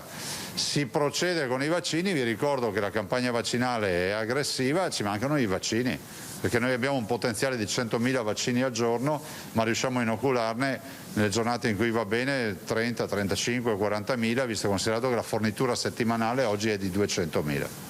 Parla di una soppressione di RCT, sostituendolo con un RCT ospedaliero, che è un po' quello che anche lei si auspicava, però sembra che dal Ministero ci siano delle difficoltà, si voglia rallentare sia le riaperture sia anche il cambio dei parametri. Questa non è una posizione politica, perché ci hanno lavorato i nostri massimi dirigenti, quelli della prevenzione, fra l'altro con un gruppo di lavoro coordinato dalla dottoressa Russo della Regione del Veneto. Faccio un solo esempio: in una situazione di bassa infezione l'R+T rischia di pesare tanto, perché l'R+T vuol dire che se noi passiamo da un contagiato a 2 contagiati, l'R+T va a 2. Se passiamo però da 100.000 contagiati in occasione di alta infezione a 200.000 contagiati, l'R+T vuol dire 2, sempre. Però capite che quando c'è tanta infezione la misura è quella giusta. Con situazioni basse si rischia che piccoli scostamenti facciano schizzare l'R+T, ma questo ormai è un dato assodato. Io penso che il mix giusto ci porti fuori R+T sintomi, R+T ospedaliero, l'R+T rettificato e poi tutta una serie di altri valori. Ma del resto, guardate, penso che questo sia il vero ragionamento, visto e considerato che ormai cominciamo ad avere almeno il 30% dei cittadini vaccinati. E questo la dice a gran lunga. Basti pensare che nelle categorie che abbiamo vaccinato oggi, queste categorie non rappresentano più il nostro paziente ospedaliero, nel senso che abbiamo avuto un crollo degli over 80, ma gli over 80 sono vaccinati per il 96,2% in Veneto, e così accade per i 70-79 anni che hanno le stesse caratteristiche. C'è questo incontro col governo oggi alle 5 o è? Sì, è confermato incontro alle 5 del governo per parlare ovviamente di sanità. Grazie. Grazie. Un attimo presso. Eccoci, allora avete sentito il punto stampa, brevissimo peraltro, siamo abituati ad ascoltare un presidente Luca Zaia molto più corposo, ovviamente questa volta i tempi e le dinamiche sono differenti. A breve parleranno anche Attilio Fontana, il governatore della Lombardia, vediamo se riusciamo a riprendere invece le dichiarazioni del vice ministro, ma non è detto, quindi intanto noi andiamo avanti con le nostre notizie, torniamo in Veneto. Vi diamo una notizia che arriva dal veneziano, perché c'è stato un ennesimo colpo alla carrozzeria moderna di Mestre. Il titolare è disperato perché siamo di nuovo in collegamento con preso atto che ad esempio questo miliardo di euro Verona, ancora il presidente Zaia, nuovo intervista. Significa 325 milioni che poi verranno destinati a opere come la variante di Cortina, la variante di Longarone. Si deve andare avanti, però le opere si realizzano solo se si danno poteri straordinari commissariali, altrimenti in questo paese prima arriveranno le Olimpiadi e poi le opere. Grazie. Buon lavoro, ciao ragazzi. Avete visto, stiamo provando a capire più informazioni possibile, comunque sicuramente spazio alle grandi opere di cui ovviamente il nostro territorio ha bisogno per accogliere un evento di una portata così ampia anche a livello appunto internazionale come le Olimpiadi invernali Milano Cortina 2026. Abbiamo sul posto a Verona la nostra Luisa Bertini. Luisa, non esitare a chiederci la linea qualora arrivassero altri ospiti, noi insomma ormai andiamo e veniamo con le notizie e con le immagini. Vedo che starebbe arrivando forse Attilio Fontana, vediamo chi c'è, torniamo a Verona. Il governatore Zaia ha dovuto correre in Veneto giustamente. Allora, grazie a tutti, grazie per questa importante occasione. Quest'oggi abbiamo voluto fare il primo step, il primo incontro, inaugurando questo tavolo di coordinamento tra i governatori, i presidenti delle province autonome e il Ministero e il Governo per arrivare ad avere le più importanti Olimpiadi, il più importante avvenimento, il più importante appuntamento del nostro Paese, chiaramente al termine di della tragedia legata al Covid, quindi alla tragedia sanitaria e quella economica. L'auspicio è che questa grande occasione per il Paese sia la conferma di un rilancio una volta usciti da questo tragico periodo pandemico. Il dato di fatto oggettivo è che il Ministero, il Governo oggi dimostra di mettersi a disposizione dei territori, di aprire questo tavolo sentendo i contributi, le criticità le necessità, ma soprattutto i suggerimenti positivi che vengono appunto da tutti i territori riguardanti questo importante appuntamento nazionale che, appunto, per il termine che ho utilizzato, vedrà protagoniste alcune regioni, ma sarà un appuntamento atteso da tutto il Paese, e quindi la mia personale intenzione è quella di condividere e allargare questo tavolo il più possibile con tutte le regioni italiane, perché tutte le regioni italiane si sentano protagoniste delle Olimpiadi di Milano Cortina, ma delle Olimpiadi dell'Italia. Quindi questo è l'auspicio. Ringrazio chiaramente i governatori, i presidenti delle province che sono venuti, li porterò la loro voce che ho raccolto rispetto alle tante iniziative che riguardano le Olimpiadi, anzi quasi 60 opere, oltre 11 miliardi dedicati nelle città, nelle province, nelle regioni che guardano le Olimpiadi, ma 11 miliardi dedicati all'Italia, al rilancio, all'uscita dalla tragedia sanitaria ed economica. Quindi questo è l'auspicio col quale io oggi sono venuto qua. Dobbiamo recuperare un po' di tempo perduto, ma sono assolutamente convinto che grazie all'impegno di persone che in questo momento e in questi mesi ci hanno sempre messo la faccia per rappresentare l'efficienza dei loro territori, e sono le persone che ho qui al mio fianco, sono certo che ci sarà la massima disponibilità e riusciremo sicuramente a dare un nuovo grande contributo al Paese. Grazie. Quindi se stimate una proiezione su quanti posti di lavoro potranno essere creati con tutto questo piano infrastrutturale e in generale per la ricaduta delle Olimpiadi sul territorio? No, stiamo chiaramente parlando di decine di migliaia di posti di lavoro, perché sottolineo, delle quasi 60 opere che toccano città, province e regioni, stiamo parlando di investimenti per oltre 11 miliardi di euro. Quindi stiamo parlando di infrastrutture stradali, autostradali, stiamo parlando di palazzetti dello sport, quindi stiamo parlando di una grande opportunità di rilancio per il Paese, ma stiamo parlando anche di una serie di innovazioni infrastrutturali e tecnologiche, perché anche questo sarà un aspetto che soprattutto il mio Ministero guarderà con grande attenzione, perché l'auspicio è quello di realizzare e dare all'Italia una primazia in campo mondiale riguardo alla possibilità dell'innovazione tecnologica, quindi alla digitalizzazione di queste Olimpiadi il più possibile.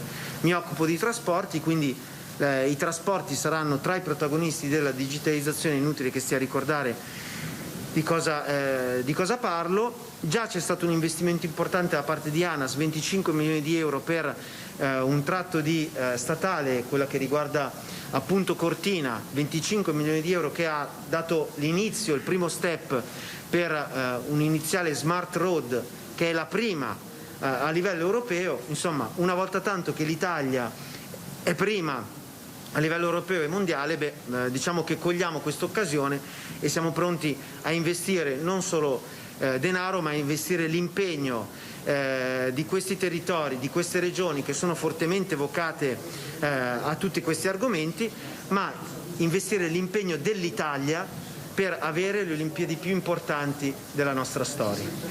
Sicuramente i presidenti delle province autonome e delle regioni le avranno chiesto una gestione commissariale. Che tempistiche ci sono per arrivare ad una governance molto snella per questi investimenti?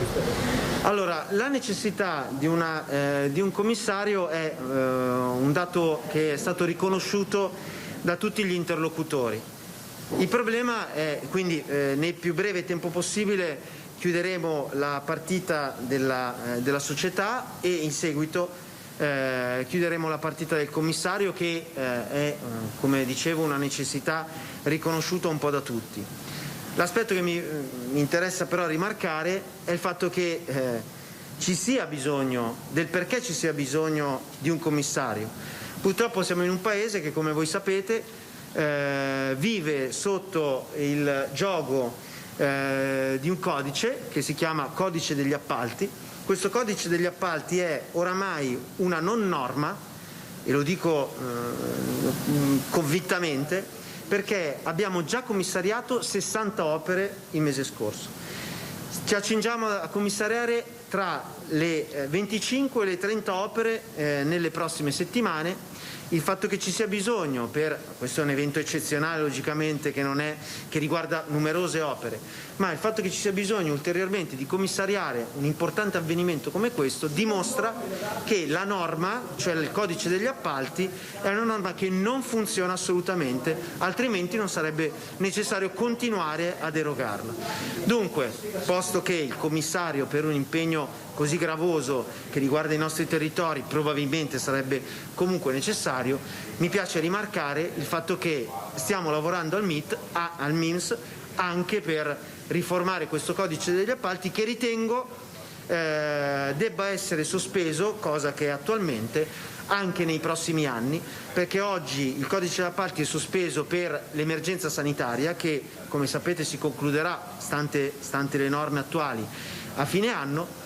Il codice degli appalti dovrebbe essere sospeso almeno fino al termine della crisi economica, perché evidentemente non è coerente con le necessità di questo Paese. In tutto questo periodo chiaramente si potrà rivedere l'attuale codice degli appalti per poi, una volta usciti dalla crisi economica, avere un codice che è coerente con le necessità dell'Italia. Ciao. Per quanto riguarda ipotesi di utilizzare l'area civica di Milano c'è importante investimento. Grazie Presidente Fugate. È un'ipotesi che è in campo, francamente tra una realtà, perché lì la criticità è che i luoghi, la gara si terrebbe all'aperto, mentre dal CIO viene un'indicazione differente. L'ipotesi di sostituire dalla proposta iniziale altri tipi di proposte di pari livello, e cioè passare da un impianto all'aperto a un altro impianto all'aperto, francamente è poco percorribile. È comunque un tema di dibattito. Io ritengo che se è stato presentato un progetto, un piano, e quello è stato valutato dai territori come il piano migliore possibile, se non ci sono stravolgimenti, e cioè si trova come per magia tra la geografia di Milano e Cortina, e quindi comprendendo chiaramente Trento e Bolzano, un'ipotesi al chiuso, evidentemente l'ipotesi che è stata proposta dai territori e dal governo è quella che deve essere perseguita. Ma i 145 milioni per gli impianti sportivi sono aggiuntivi rispetto al miliardo per le infrastrutture o ne fanno parte? Oggi parliamo di infrastrutture. Per quanto riguarda gli impianti, le regioni sono protagoniste, sono soldi che sono all'interno. Due domande: saranno necessari anche passaggi normativi per semplificare le procedure? Dovrete fare dei decreti ad hoc su questo? Innanzitutto bisogna trovare se questa sarà l'indicazione, e mi pare che tutti quanti vadano in quella direzione, dell'individuazione di un commissario. È evidente che dovrà passare attraverso una norma. È chiaro che le semplificazioni sono oggi uno degli oggetti del dibattito. Secondo alcuni non sono sufficienti le semplificazioni in atto, quindi di lato il codice degli appalti, sarebbero necessarie ulteriori semplificazioni. Io ritengo che qualunque opportunità venga data ai territori per dare delle risposte il più celeri possibili siano da percorrere. Detto questo, chiaramente deve essere tutto coerente con le attuali norme, posto che è vero che abbiamo una scadenza che non è la data di apertura delle Olimpiadi, ma è l'anno precedente, perché dobbiamo ricordarci che essendo Olimpiadi e Paraolimpiadi ci devono essere delle verifiche fatte dagli enti preposti perché tutto sia assolutamente regolare e coerente con le norme sportive. Avete parlato anche di mobilità sostenibile, c'è un progetto tra Veneto e provincia di Vicenza che ringrazio il Presidente perché di fare gli impianti a fune per il collegamento Collina, Marmolada, ne avete affrontato? Questo sarà un argomento che toccheremo nelle prossime sessioni. Diciamo che oggi ci sono delle priorità e quindi la prima è la società delle Olimpiadi, l'ipotesi di commissariamento delle opere infrastrutturali e chiaramente dei palazzetti e quindi degli impianti sportivi e in seguito la semplificazione normativa che insomma ho percepito essere gli aspetti sui quali i governatori hanno posto la massima attenzione. Grazie. Uno per le infrastrutture e uno per le opere di gara. Iniziamo a decidere che sì, va fatto il commissario. Sì, no. Iniziamo a dire che sì, va fatto il commissario, poi si valuterà se fare un'ipotesi con 2 commissari, subcommissari. La società delle Olimpiadi La società delle Olimpiadi deve essere chiusa nel più breve tempo possibile, siamo in attesa che si concludano delle questioni delle questioni proprio tecniche per quanto riguarda lo statuto, ma ritengo che una volta chiusa questa partita la società mi auguro possa essere creata nel più breve tempo possibile. Questo è un auspicio che non è il mio, ma è quello di tutti i convenuti a questo tavolo e vi assicuro è anche quello del governo. Quindi dal governo massima attenzione rispetto a questo argomento. Purtroppo, dicevo, dobbiamo recuperare, e qua lo dico serenamente, un po' di tempo perduto perché francamente io personalmente mi sono ritrovato sul tavolo un faldone piuttosto ampio. Di chi è la responsabilità nel ritardo? Di certo non dei territori che si stanno impegnando al massimo, anzi io sottolineo come cosa molto positiva il fatto di essere continuamente pungolato dalle persone che ho di fianco e da Luca Zaia che è dovuto scappare proprio perché loro sono i primi interessati a che queste Olimpiadi si tengano nel migliore dei modi possibili per dare il massimo lustro possibile al Paese, all'Italia e chiaramente alle loro regioni. Io suggerisco, anzi ho suggerito loro di realizzare un vero e proprio roadshow con le altre regioni per fare in modo che veramente l'Italia, tutto il Paese si renda conto della grande opportunità, e lo dico da milanese dopo aver portato e vissuto Expo 2015 a Milano, della grande opportunità che occasioni di questo genere possono portare all'intero Paese e quindi insomma di questo, diciamo, anche di questo mi faccio carico e ho suggerito a tutti di fare il più possibile una promozione costruttiva per far rendere conto tutti quanti della valenza e dell'importanza di questa occasione. Intanto ci date una battuta di uno dei 3 presidenti delle regioni. Grazie. Ottimo incontro, credo che si debba entrare nello specifico e soprattutto nel merito. Come diceva il Vice Ministro, è fondamentale iniziare a trovare delle procedure accelerate, altrimenti si è costretti a remare controcorrente. Abbiamo bisogno quindi di questo coordinamento maggiore, ci è stato garantito l'istituzione di questo tavolo permanente sul quale potremo far evidenziare quelle che sono le maggiori problematiche. Grazie al Vice Ministro, grazie ai colleghi, sono convinto che adesso si diventerà veramente molto operativi. Sì, convengo anch'io sul fatto che c'era bisogno di questo coordinamento perché i nostri territori sono coinvolti in questa avventura delle Olimpiadi e hanno tante cose in comune, ma c'è bisogno anche di un continuo confronto con il Ministero competente. Quindi il Vice Ministro Morelli ha voluto dare l'avvio a questo percorso lo vediamo positivamente, perché altrimenti si rischia magari di percorrere binari che a volte confliggono o comunque non hanno un'unità ad intenti. Invece in questo modo riteniamo di riuscire ad agire in modo comune, che alla fine fa il bene dei nostri territori. Domanda per il Presidente, che esula dall'argomento di oggi, un parere sullo spostamento del gruppo.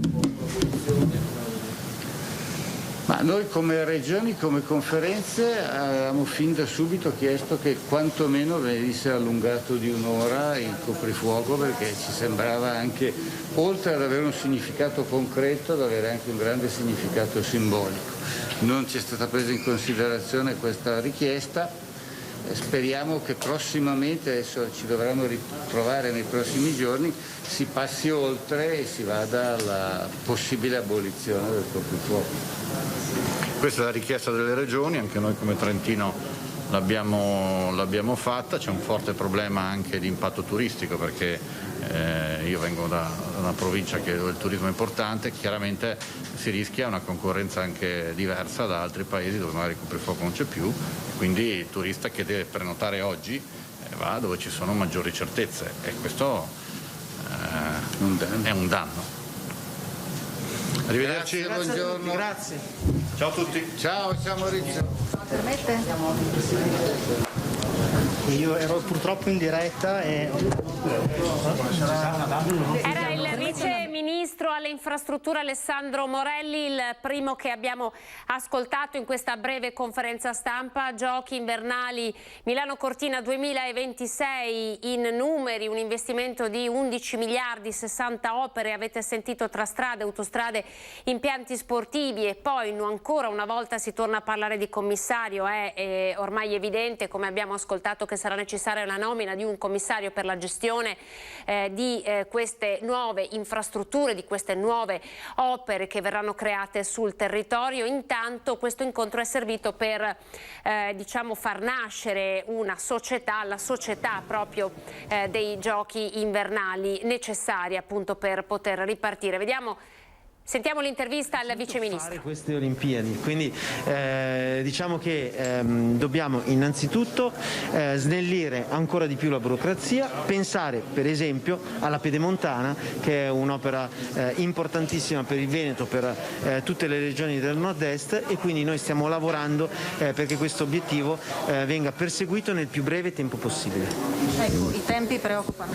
No, i tempi non preoccupano, l'importante è riuscire a veramente fare una cura dimagrante importante alla burocrazia.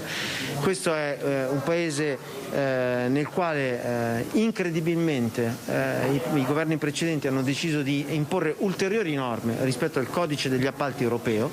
Oggi siamo in una situazione nella quale 60 opere sono già state commissariate, altre 30 saranno commissariate nelle prossime settimane. La dimostrazione che appunto questa norma, il codice degli appalti, è un codice che assolutamente non è coerente con le necessità di questo Paese. Vice Ministro, i territori cominciano a collaborare e continuano a collaborare. Cosa avete stabilito oggi? Guardi, io ringrazio i territori, perché da quando sono stato nominato, quindi poche settimane fa, da subito hanno iniziato a pungolarmi, e questo va benissimo, perché appunto mi spinge a lavorare sempre di più proprio per i territori, per cercare di rappresentarli a Roma. Questo è importantissimo, perché ci sia un collegamento continuo tra i rappresentanti del territorio, i governatori, i presidenti delle province autonome di Trento e Bolzano, per avere un rapporto diretto con Roma. Purtroppo, vi dico la verità, ci sono tante priorità, parliamo del PNRR, parliamo di tante emergenze infrastrutturali che riguardano il Paese. Insomma, diciamo che le Olimpiadi devono entrare nell'agenda del Paese, perché questa sarà una grande occasione non per Lombardia, Veneto, Trento e Bolzano di rilancio, ma sarà una grande occasione per l'intera Italia. E quindi il mio auspicio è che gli stessi governatori, gli stessi rappresentanti del territorio possano condividere con i loro colleghi di tutta Italia un vero e proprio roadshow che parta logicamente dalle loro regioni, torni alle loro regioni, faccia un vero e proprio giro d'Italia, questa volta non in bicicletta ma magari su uno slittino. E tra le priorità snellire le procedure. La procedura è fondamentale, tutti ci chiedono di commissariare, francamente faccio notare che non è normale continuare a commissariare tutti, dai più bravi amministratori locali ai settori delle costruzioni. Dunque evidentemente diciamo che il taglio della burocrazia non è diventato una volontà politica, è diventata una necessità del Paese. Grazie.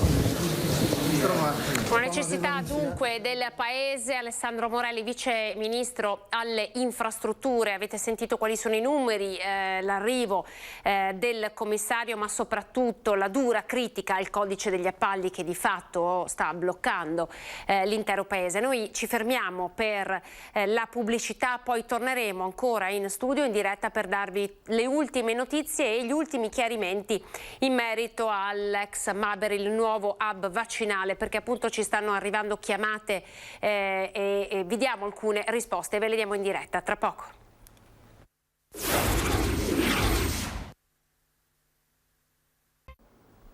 Eccoci ben ritrovati, ultimissima parte di questa edizione straordinaria, giusto per darvi un po' di numeri, perché non essendo stato convocato il consueto punto stampa da Marghera non abbiamo i dati dei contagi da Covid della giornata, allora ve li forniamo noi, così come sono stati dati dal bollettino dell'azienda Zero, che dice che nelle ultime 24 ore in Veneto ci sono stati 417 contagi, che portano il totale degli infetti dall'inizio dell'epidemia a 418.144 e ci sono state in Veneto 17 vittime, per un numero complessivo dall'inizio dell'epidemia di 11.442 morti. Si tratta di dati dopo i 247 positivi di ieri, che non si registravano dal periodo precedente della seconda ondata. In calo progressivo anche i dati ospedalieri, i posti letto occupati da pazienti Covid sono oggi 1.158, meno 13, dei quali 1.010, meno 8 nei normali reparti medici e 148 nelle